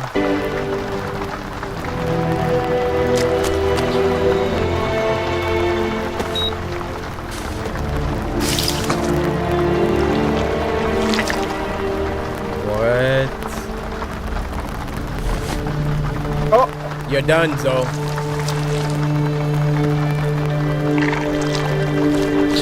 And then he ate it. Dang. I feel like that was like there's like a lesson in there somewhere. Mikado Avocado. Listen, bro. You don't know me, and to be frank, I don't really know you. But human to human, take care of yourself, bro. The video presented your motivations for doing all of this as like money. Play button, G-Wagon, you know what I mean? I don't know if that's really why you do what you do. I understand things get crazy. You get a big following on the internet. You feel pressure. You gotta expectations. I live this life. Beyond all of this internet persona, YouTuber, beyond all of this, you got you. And just as another guy on the internet, take care of you. You can still give views without... I mean, it's funny. Yeah, it is. But you should never feel like you have to kill yourself. Isn't even on YouTube. This is called Paper Body, and it was uploaded on Newgrounds by the author Board Kid. Now this was sent to us by Monet Gray, who said, "This video is terrifying and I'm gonna have nightmares now." Well, I'm sorry about your impending nightmares, but we got you covered here. Monet, your mouth please.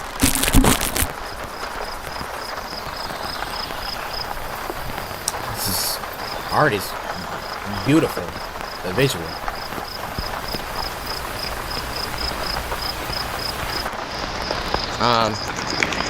What?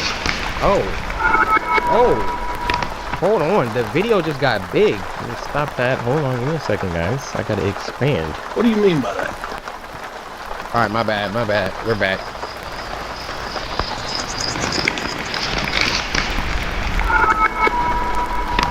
What? Okay. This is so cool.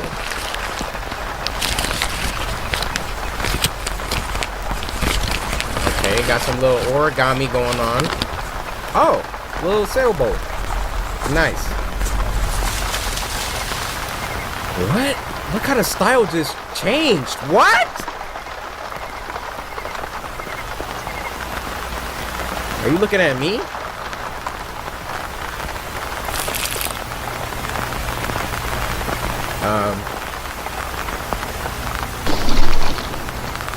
This is crazy. That was just the intro?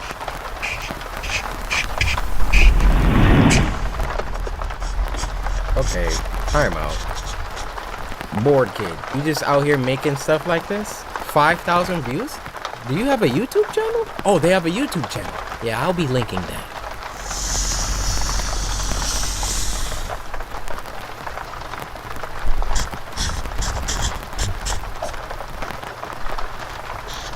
Oh, is she dreaming?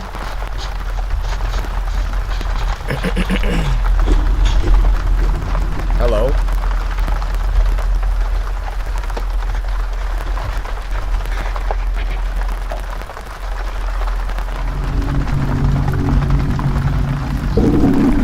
What?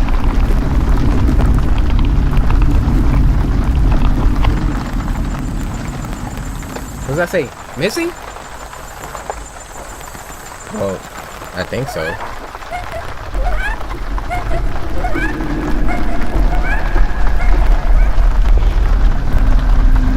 Hey guys.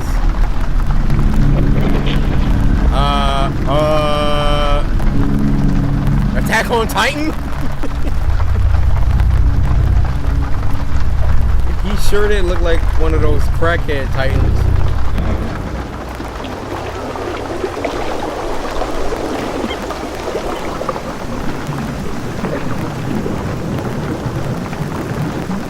Alright, she's having some sort of like... She probably has some Taco Bell for dinner. Having all these lucid dreams. Hello? I'm gonna censor those. I don't know what you are. No disrespect. I just...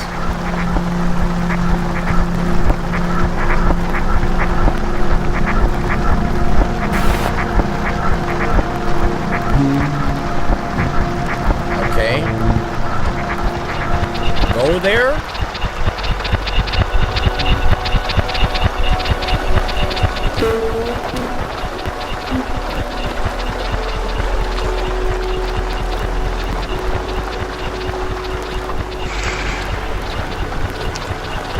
Guys, I'm at a loss. I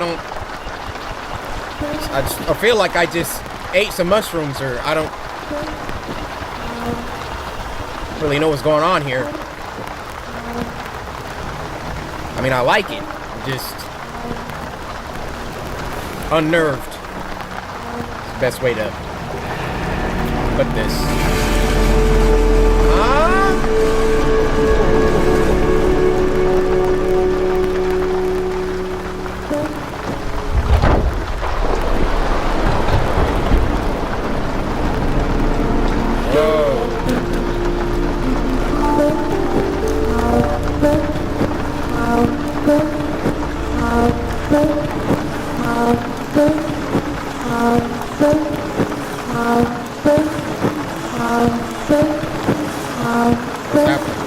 we going?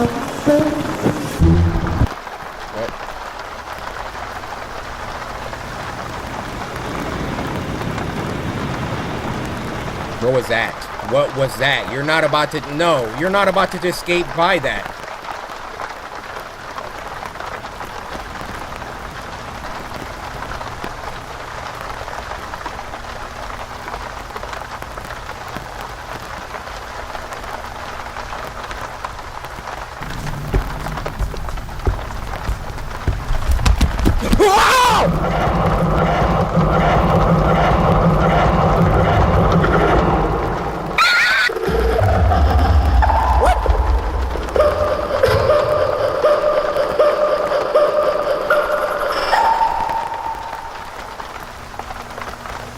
Okay, it got scary right there. What the fuck?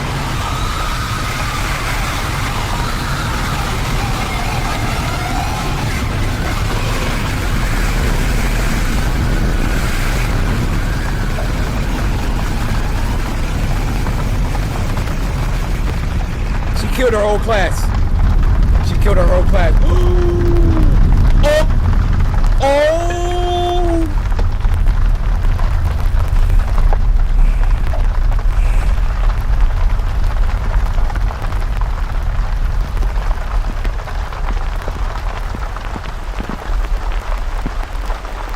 She's like, it was just a cut. It wasn't just a cut. It wasn't just a cut.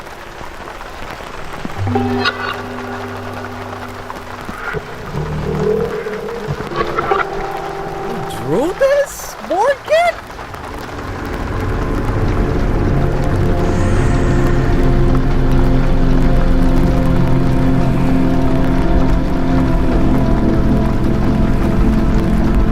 Did she forgive her? Oh, psych! You thought you were forgiven.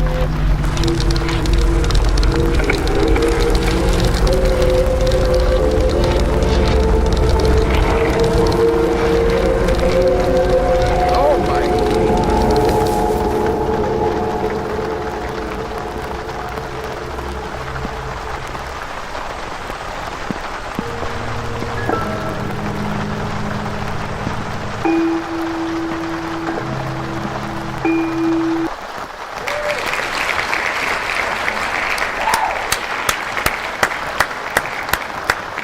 There were so many different animation styles beyond even the plot of what we just partook. This looked like it was a lot of work. Harrison, Trender, you're freaking fire. But my theory is she has some crazy Taco Bell, right? You know you can't be eating crazy, greasy, nasty, sludgy fast food like that and then go to sleep. So she went to sleep. She started having these night terrors, right? In the dream, she thought it was just a dream, but no, it was real life. Killed her best friend in a knife with a knife. Regardless, that was very scary, and that is top 3 Spooky Scary Sunday animations. We got There's a Man in the Woods, and then we got this one, and then there was another one where it's like somebody that was like falling asleep in class. The animation styles of these top 3, Harrison, you really put your foot into this.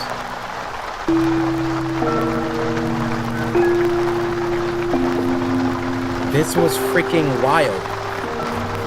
Monet Gray, thank you for sending us a gem. Art assistance by Rachel Ryan. Shout out to Rachel. What? Guys, this video, first of all, let me show my respect. I didn't even know the video was on YouTube, right? It has 1,500 views. Bored Kid. 2,900 subscribers. This is one of the craziest short films on this website. Samurai, please give them the teeth. And it was uploaded by the homies over at Alter. Shout out Levi. What's good? This was sent to us by Devin or Devon, depending on your race. I know that if you're the darker you are, it's Devon. Thanks for sending this video, Devon. Here's a Nutri-Grain bar. Take it. Freaking shoving it. Hey, Alter. This animation style is so weird. And I love it.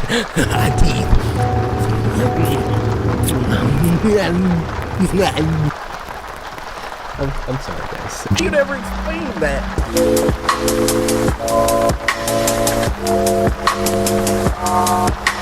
This next one's called Creepy Man Tried to Kidnap Me in the Bathroom. It was uploaded by YC Entertainment. Now this was sent to us by Real Baby Dry Pay. Real Baby Drip A. Creepy Man Tried to Kidnap Me. People call me Yaya. This happened. Nani? I feel some type of way about this short little petite white girl. And the first thing out of her mouth is, people call me Yaya. Let me tell you why. When I was a young girl, maybe 7 or 8. It was a Saturday afternoon and my mother and I were at a mall shopping. Hey, they getting it. We went from store to store, mostly for me. I was the spoiled kid. We went into a coat store, and I was pretty bored, so I would constantly walk away from my mother to play and stuff, as I did in every other store. Mom, you supposed to be on top of that. My mother would always call my name, and I go running to her. This time, I was playing in a round coat rack. My mother called my name, and I ran out. I ran right into this older man. Then he grabbed me. He grabbed me by my wrist and asked me why I was running. I told him because I have to get to my mom. He then told me he could take me to her, but I said no, and he let go. It was weird because I saw this man in almost every store you went to, but he never had any bags. After that store, I had to use the bathroom really bad, so I went while my mother went to the food court. I sat down to use it for maybe a minute. Her mom went to the food court? I was like, yeah, just go ahead and go to the bathroom. Look at her. She's no more than 5 years old. I'm just gonna speak from experience as a black child growing up. I learned real quick not to walk away from my mom. I walked away from my mom once. She was like, you stay next to me, all right? You do not walk away from me while we're at the store or mall or we're out shopping, blah, blah. I was like, all right, Mom. You know, but kids, they get distracted sometimes. I totally forgot that she said that. So we're out at Meijer, you know, grocery shopping. I see like some freaking candy. I'm about to go and inspect the candy. Oh, I like that one, I like that one. My mom came up behind me like a freaking ninja. She was probably standing behind me for a hot like 30 seconds until like I sensed her like breathing on my neck. At which point I did the anime, good. She just whispered in my ear. And that meme wasn't even out yet, so I had no idea what she said. I turned around, all I seen was her 2 fingers like this. She grabbed my shoulder, squeezed, and then twisted. Now that little exclamation I just did could mean 2 things, and it's not the one you thought. Have you ever got pinched by your mom? It's the worst pain. It's worse than stepping on a freaking Lego. And after that, I never walked away from my mom again while I was at the store. Sorry for that long page. And when someone else came in, the person walked right up to my stall. At this point, I was just looking at the person's shoes. They were men's shoes. Bruh, why are you in I was confused of why a man would be in here. Before I could look up, the man said, "Hey, Yaya, everything okay in there? I'll come in if you want me to." It was the man from the stores. I looked up, and I could see his Bro, I'm eyes doing doo-doo at your face. He then started shaking the stall. Come on in here. I began to scream. I got something for you. I've been so afraid in my life. Then 2 women walked into the bathroom and the man took off. Oh, nice. These women took me to my mother and told the police. They found him due to the cameras. I don't know what his intentions were, but the police said he probably would have kidnapped me. Who knows? Probably. From that time on, I would never leave my parents' side while in public. Good. Your lesson was worse than mine, but I'm glad you still learned it. And I ain't even saying that like a cannibal is gonna kidnap you. But if you walk away from your parents, a cannibal will kidnap you.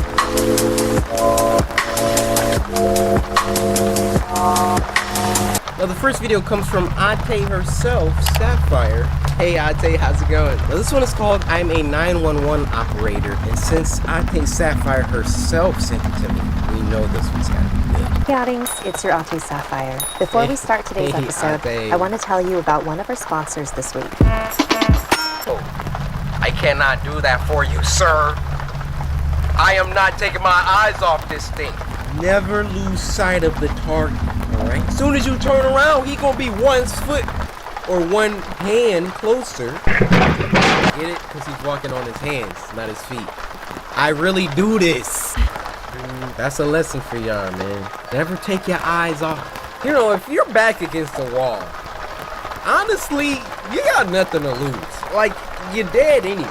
Honestly, when your back is against the wall like that, let's say like you are home by yourself, the police are not gonna be there for 30 minutes and someone is standing against your glass. You actually think you're gonna have time to stay on the phone until they... No, it's me and you, buddy.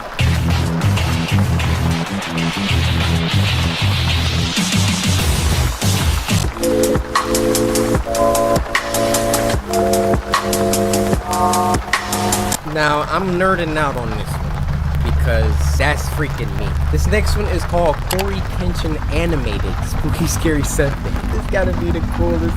This gotta be the biggest fourth wall break. This was uploaded by Fresh Geek and it was sent to us by Iron Wolf Network. This is the coolest, man. This is the coolest. I am gonna have a great time today.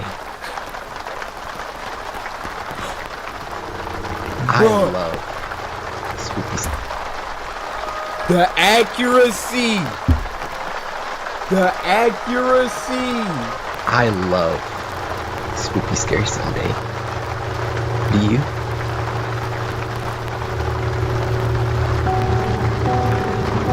I just think that it's, you know, such a de-stressor. I had to deal with some things earlier. I don't want to get into it. The police might show up, but we don't have to worry about it. Right now, Spooky Scary Sunday is the only thing that I care about. And if anyone gets in the way of my Spooky Scary Sunday. Oh my goodness. But not you. You're my friend. Look how good. You're my friend, right? I like having friends. How did they draw? Oh, it's freaking fire.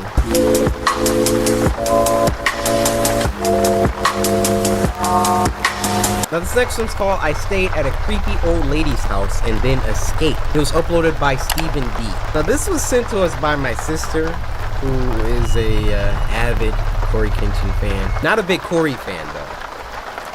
But with that being said, she said it was perfect for our Triple S. In the late 1960s, my great-uncle John was traveling by train from his village to another to visit family.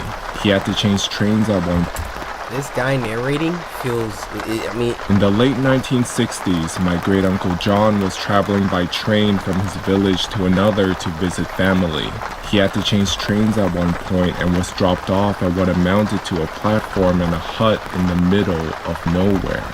There was no one at the station, and other than a dirt road that led off into the surrounding woods, there was nothing there. He waited for some time, but no train came.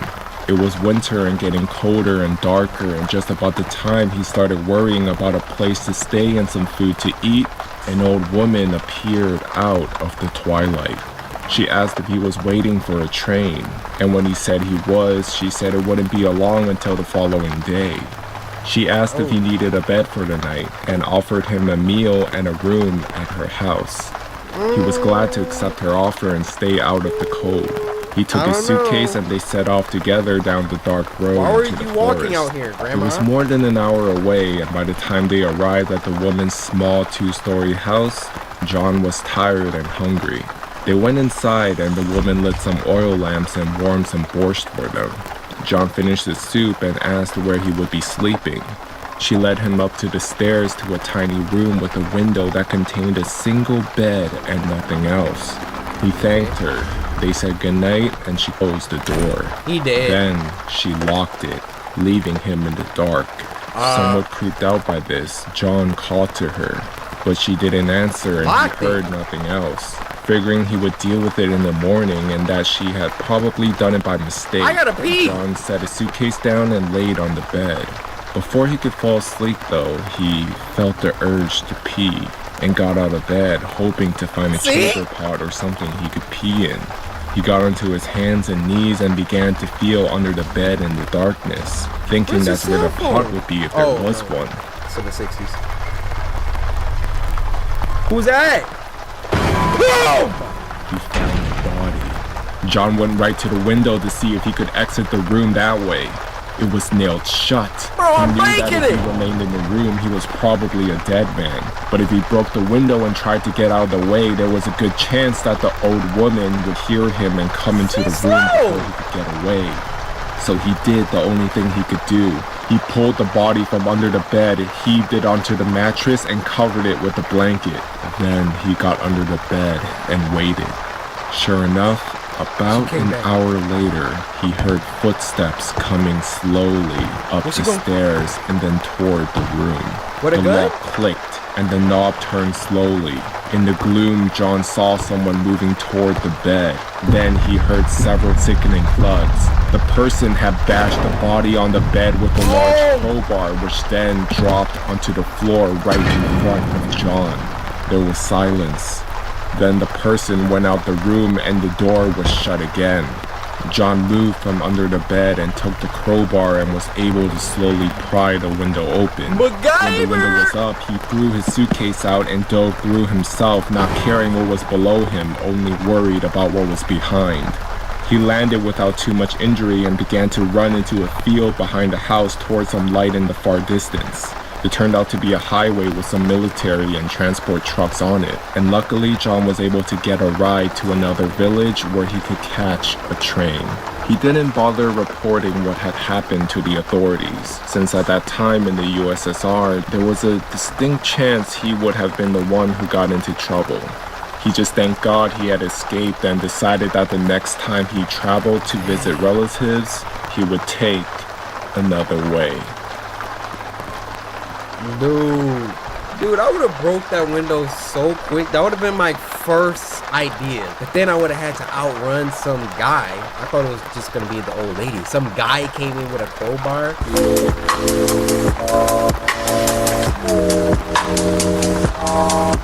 Now this next one is called Burners, and it was uploaded by Pilot Red Sun. Now, this was sent to us by Infinite Taco Kenshin, who said, your afro will be gone after watching this. Huh? Nightmare Fuel. Nightmare Fuel.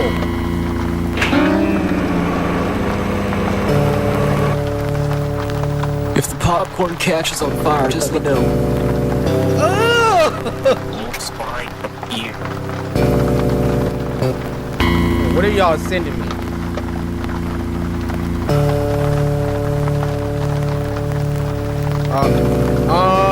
It's on fire.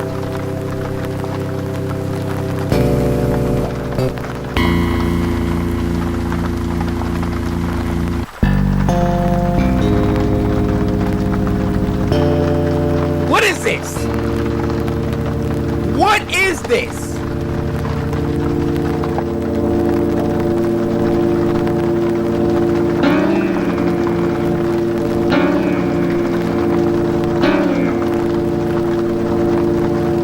Why is there color?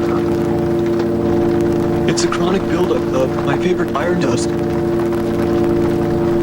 Pretty sure that's an OSHA violation. This is my house, dude. Don't jostle the heating ducts.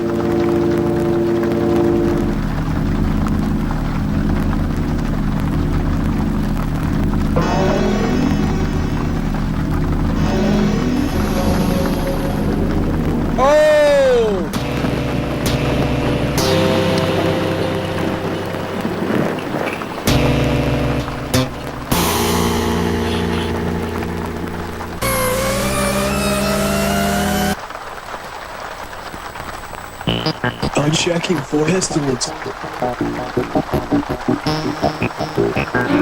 Found one. Here is the best way to kill a spider.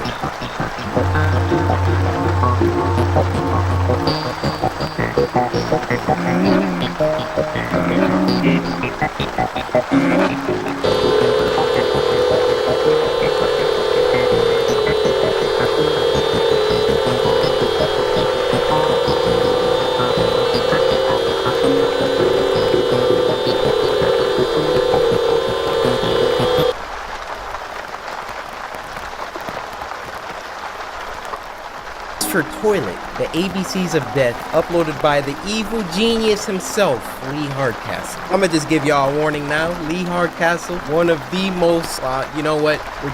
We're just gonna. This was sent to us by Sweet Tea. Everybody, y'all know the rules. Clear out, move. I ain't talking to y'all right now. It's just me and Sweet Tea. Sweet Tea, you so sweet. I just want to say, I hope you having a good Sunday. And if you are here right now with me, I give you this chewy bar. It's so chewy. Bro, I'm scared. Why would you, even put the wrong screw?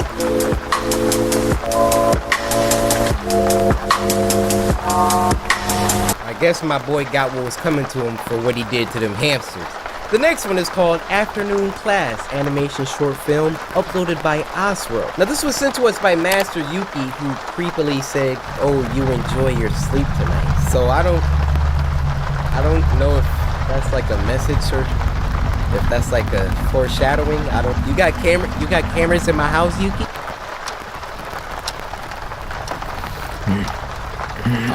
Already love the animation. Bro, I remember those days. Falling asleep in class. Afternoon class. Oh my.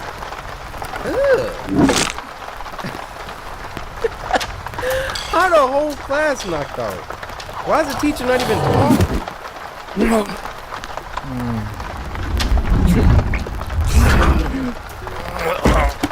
Oh my God. It'll really be like that. It's so cool.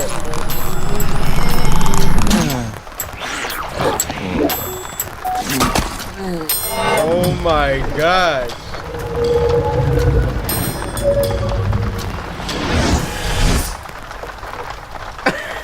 My man, it's a silent concert back here.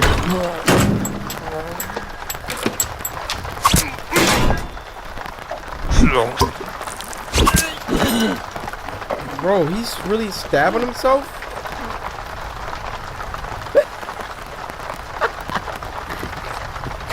Are you gonna talk to the class with the Egyptian hieroglyphs on the wall?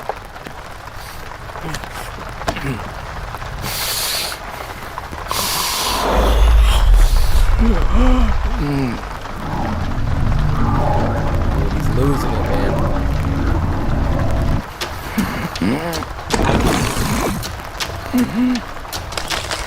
Why does everybody else get to sleep? I'll go to sleep too.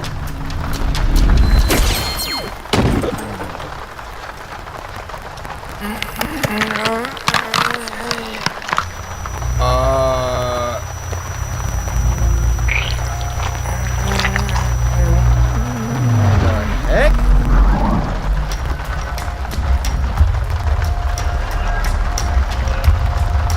This is crazy.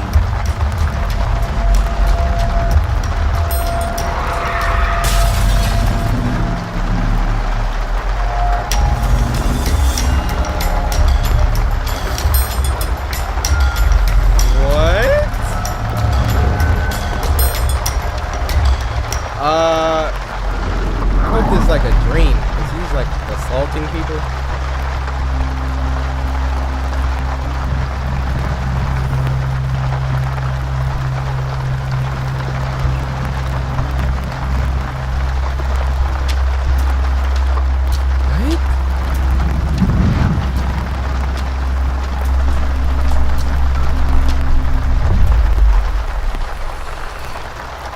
Okay. Dude, everybody's asleep. Your class sucks. You don't even talk.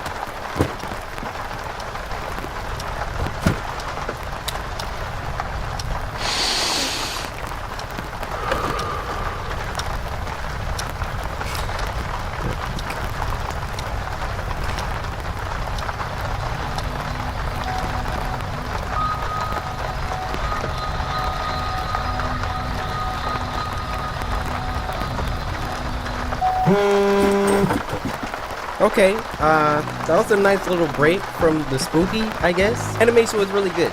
So, Yuki, you can get a pass for that one. This is Spooky Scary Sundays. Next video is called Crooked Rock, and it was uploaded by David Firth, creator of Salad Fingers, who I think we reacted to once before. But this was sent to us by Olivia, who said just binge watch Spooky Scary Sunday and Samurai Slice. I like that, of course. Olivia, you don't understand. You're in my high favor right now. If you by chance offer me a Nutri-Grain bar, I accept it. Well, Olivia, see, that's the funny thing is, I was just about to hand it to you. So you know the routine. You're only gonna do this once, alright? See, Olivia, you were doing so well. Open your...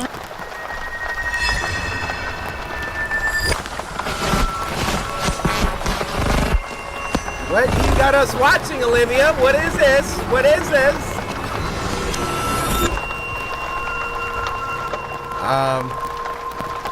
Oh, that was just a little studio intro. That wasn't...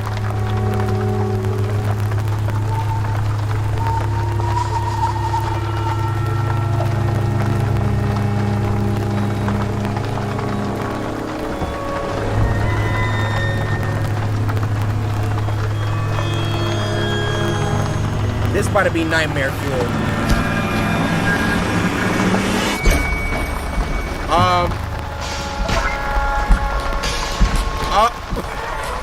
What?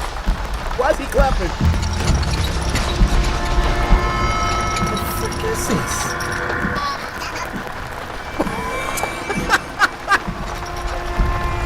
What?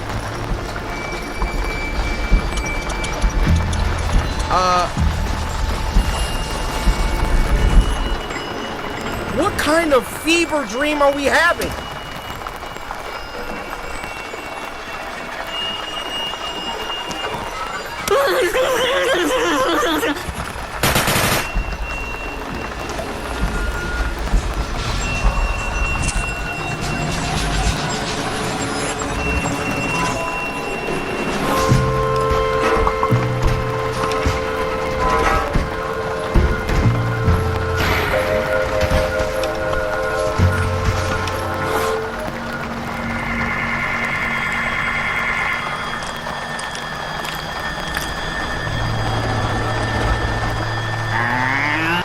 Y'all Bibles are nearby, because I got a feeling we letting some type of demon through the screen. Why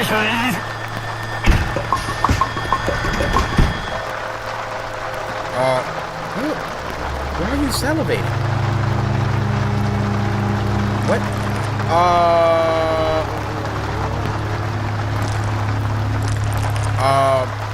Oh, you hear the macaroni sounds?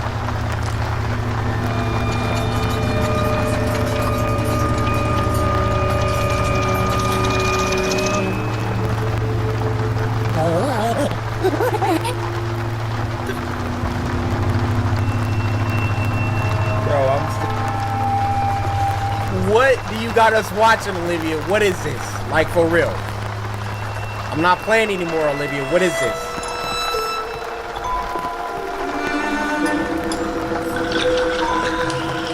She letting her brain out? Oh my gosh! Oh my, what the freak? Bro! What? It's like a jab.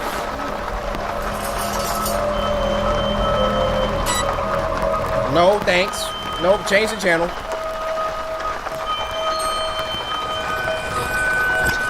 No, can we end this? Like...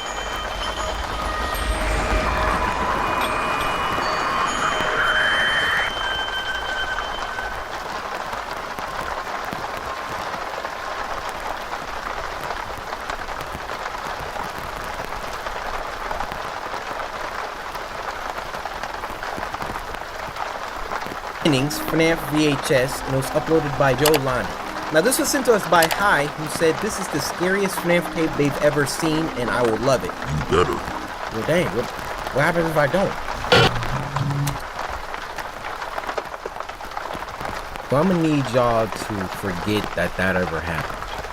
I didn't just Harlem shake to whatever the freak popped up on my screen, whatever that was. Let's just act like I wasn't fazed by that. Let's rewind that. Okay, first time watching this. Due to the closure of Fredbear's Family Diner, Fazbear Entertainment have bought out the kids' restaurant to rebrand it as Freddy Jr.'s, planned out to open near the fall of 1984. Any previous employees from Fredbear's will not be allowed to enter the building due to... That was abrupt. The new cast of characters are the more enhanced... Oh, they cut it out! They cut it out! I get it. Due to some kids dying and blah, blah, blah, blah. Let's continue on. Wow. Yo, this is just making me so hyped for a freaking security breach. I haven't played FNAF in years. The crew from Fredbear's, with facial recognition, advanced mobility, and most importantly, allowing the animatronics to roam the building to entertain kids anywhere inside. Great. The original cast of characters will be stored in the parts and service room at the back of the restaurant. The original cast will provide parts to save on cost after spending a small fortune on the new cast. Okay. This is also the same for security. The office which your night guards will be working in has no doors, no heating, no sanity, no love, no help, no family, no home, no criminals, no criminals, no criminals, no criminals, no, not the criminals no thing. criminals. Oh my gosh.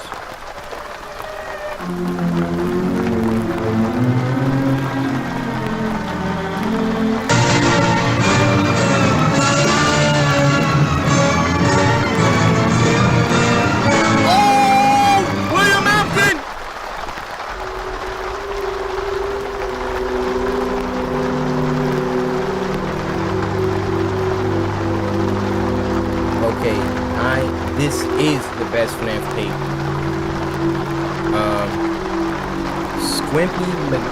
Squimpus McGrimpus. This is on that level. Leon. Charlie. The kids. Cave? If I ever known anybody named Cave. We're sorry for what we've done.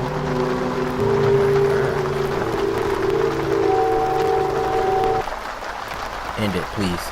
I don't need another one. Y'all done got me about 3 times, but we're not sorry for your friend. Who? He will get what he deserves. A pat on the back? Did they move? I'm glad Yo, Joe Lonnie? I'm a golf clap. You got my respect.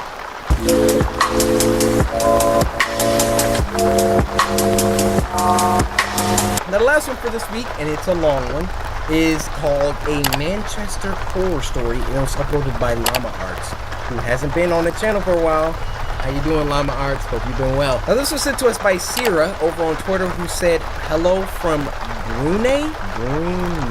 Yo, we out here? Samurai freaking stand up. We're in Brunei. I watch your Spooky Scary Sunday every Sunday and am your biggest fan. And Sierra, thank you so much. Samurai, we really out here, ain't we? But at the same time, we still slept on. Ain't that crazy? A Manchester Horror Story. I'm probably not gonna. This is a story about how I became a 30-year-old male who was secretly afraid to be outside after dark in cities. He's agoraphobe? I live in Manchester, in the UK, and it's widely regarded as a relatively safe and multicultural city with transport, friendly locals, and plenty to do. Okay. I don't live there anymore, but I'm proud to be from there, and I will always have one hometown. This took place in 2016, and at the time I was working for a company that hired me to work on contracts. So 4, 6, sometimes even 8 months abroad, and then 2 or 3 months at home. So when I was home, I made sure to see family and friends as much as possible, whether it be meeting and playing video games, a drink at the bar, playing sports, or traveling together. The incident took place when I was on my way home after a night out drinking, and I write this 4 years on since it happened. I still have PTSD from the incident, and think of this as my way of telling you all to be careful out there, as well as this being an opportunity for me to talk about it. Gash on his hand. Those who know Manchester know about its quite frankly amazing tram system. It's affordable and easy to understand. There is a tram station right near to my apartment, just outside the city center. I had been back in the country for 7 days and arranged to meet my friends in the city for a reunion of sorts, drinking, dancing, and catching up. You know how that goes. Yeah, I do. It's important to note at this point that at the time there was a homeless gentleman that adopted the tram stop near my apartment as his own. He would always sit at the top of the stairs leading down to the platform, and whenever I used the tram, I would always see him without fail. It had even gotten to the point where we exchanged a friendly nod to each other every time. Cool. But this time, on the way to the city to meet my friends, everything changed. What happened? On any normal occasion, he would be sitting under the shelter at the top of the stairs, either asking passersby for money or just saying hello. But as I approached the top of the stairs, around 20 to 30 meters away, I saw him, and he stood up straight, almost too straight, with his chest out, just glaring right at me I'm in going this the other way. menacing way. Going the other way. His brow was furrowed, his jaw was clenched, and he was breathing heavily. I could see his chest rising up and down with speed from now 20 meters away. Maybe drugs was involved or something had angered him. Why me? I thought. Now, I'm not the biggest guy in the world. I'm 6 foot and athletic, but I don't believe violence is... 6 foot and athletic? Yeah, I'm not the biggest guy in the world. I'm only 6 foot.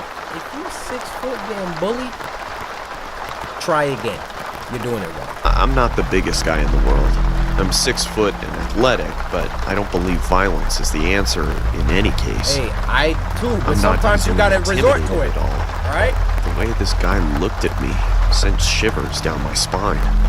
I immediately looked down after we made eye contact, and then looked ahead, because I thought maybe it was just a glance from him. I'm looking at you, Daniel. Then, I looked back at him again. When I was even closer, his eyes were still on me. Whoa! This time they were wide, and he looked unhinged like he was ready to attack. I looked away again. Y'all know what time it is.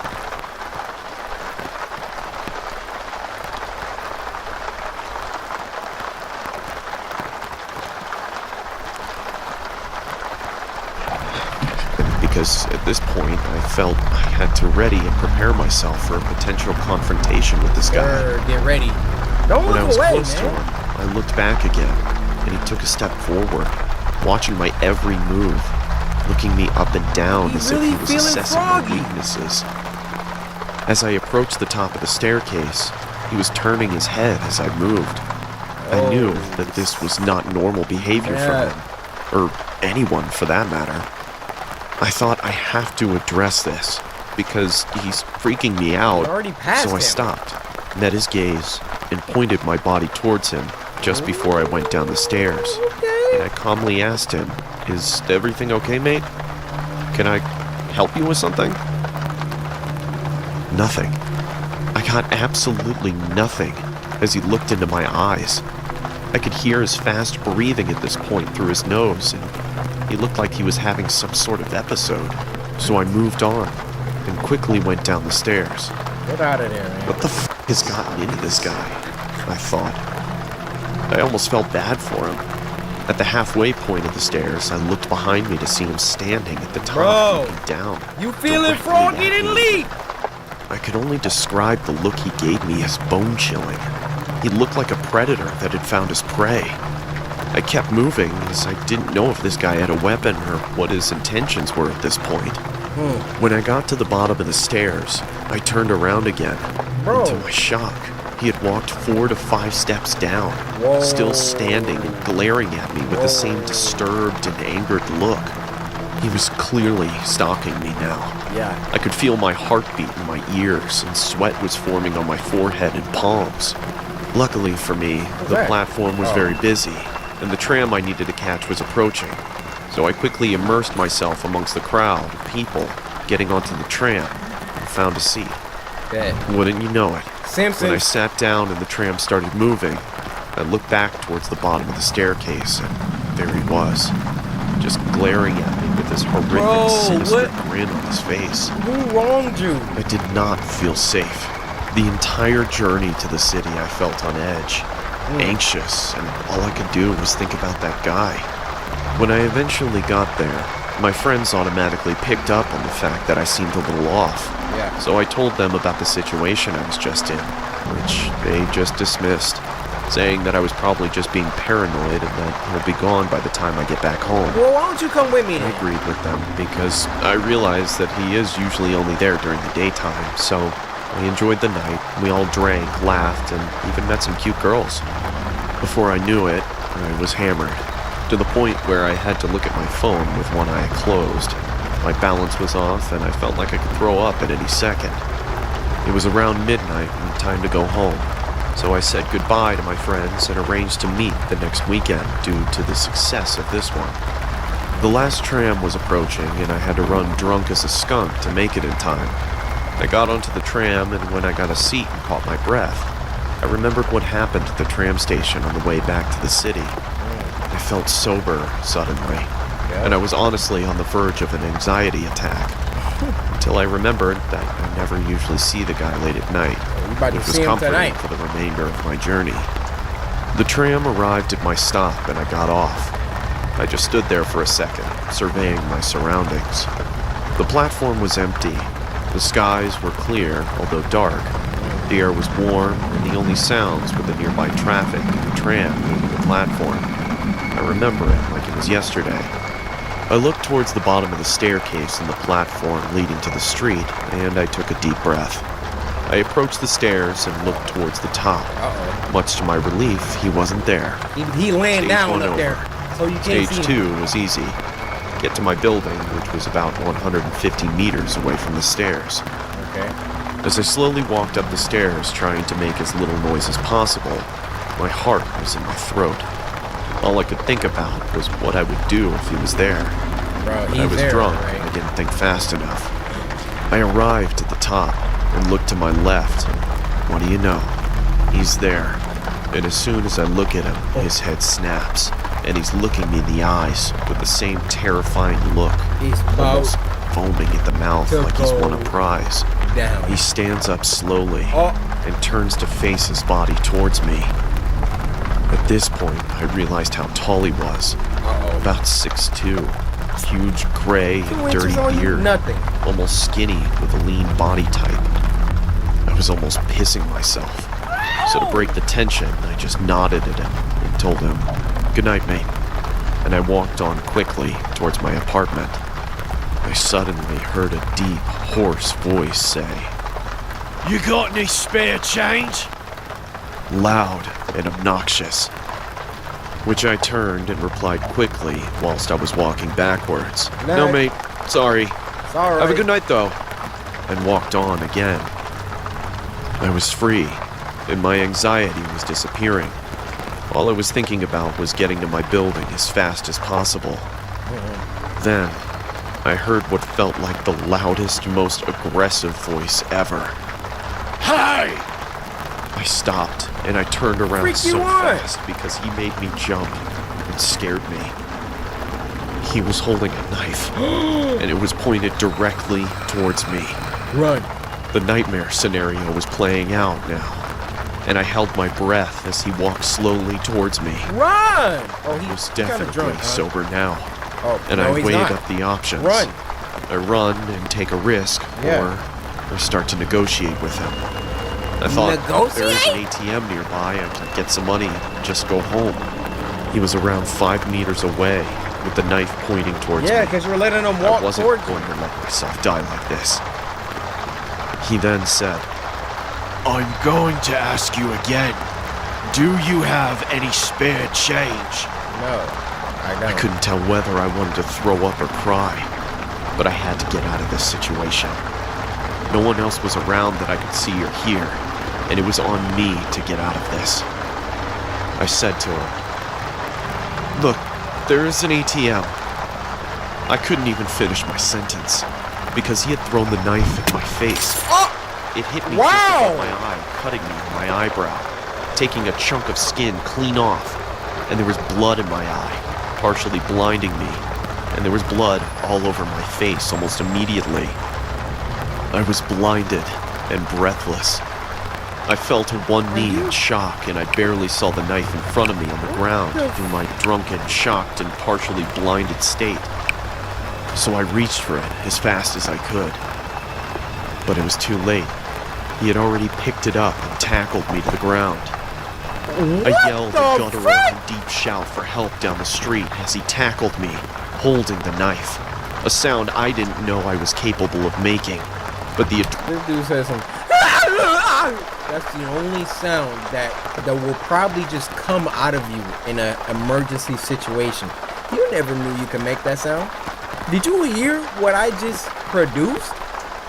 Never in my life have I made that sound. adrenaline was coursing through my veins now. He had the knife in his right hand and plunged it down towards my face. And the only thing I could do was put my hand away. I screamed in pain as the guy was on top of me. He had put the knife clean through my hand, in between the knuckles of my middle and index fingers, to be specific. I started to push back, realizing how much stronger I was than him. Get me! The tip of the blade was about 5 inches from my face, and then a miracle happened. I heard the voices of a group of people yelling. Hey, stop! Accompanied with their fast-running feet towards me on the tarmac. The guy's grip on the knife was weak suddenly, and he looked behind himself, clearly seeing the group approaching. They shouted again, yelling, Get off him! And he jumped off of me. Unfortunately for me, he took the knife with him and ripped it out of my hands as he jumped to his feet and swiftly ran into the nearby woods. There were 5 people in total who came to my rescue. 2 of them initially chased the guy into the woods before I shouted. No, he has a knife! And hearing me say this, they let him go and started to call the police. Dude look like Naruto. This incident changed me for the better, and I wake up every day appreciating everything in my life. After the incident, I was rushed to the hospital and I had surgery to reattach the nerves in my hand 2 days later. The guy who attacked me is in prison now for attempted murder. Good. The police showed after the incident within 5 minutes, and full credit to them. They found the guy hiding in the woods, still holding the knife behind a tree, and they managed to subdue and arrest him on the spot. He was on a cocktail of drugs, and he openly admitted to the police that he fully intended to kill me if he had the opportunity. But this incident was simultaneously the best and worst thing that ever happened to me. Ow. The best, because I appreciate life so much more now. I talk to those I love every single day. All life is precious. Tomorrow is not guaranteed, and we are all mortal. Stay safe and alert, and do not waste a moment, as you don't know who's going to be waiting around the corner. Yo, he was speaking facts at the end, though. That was amazing.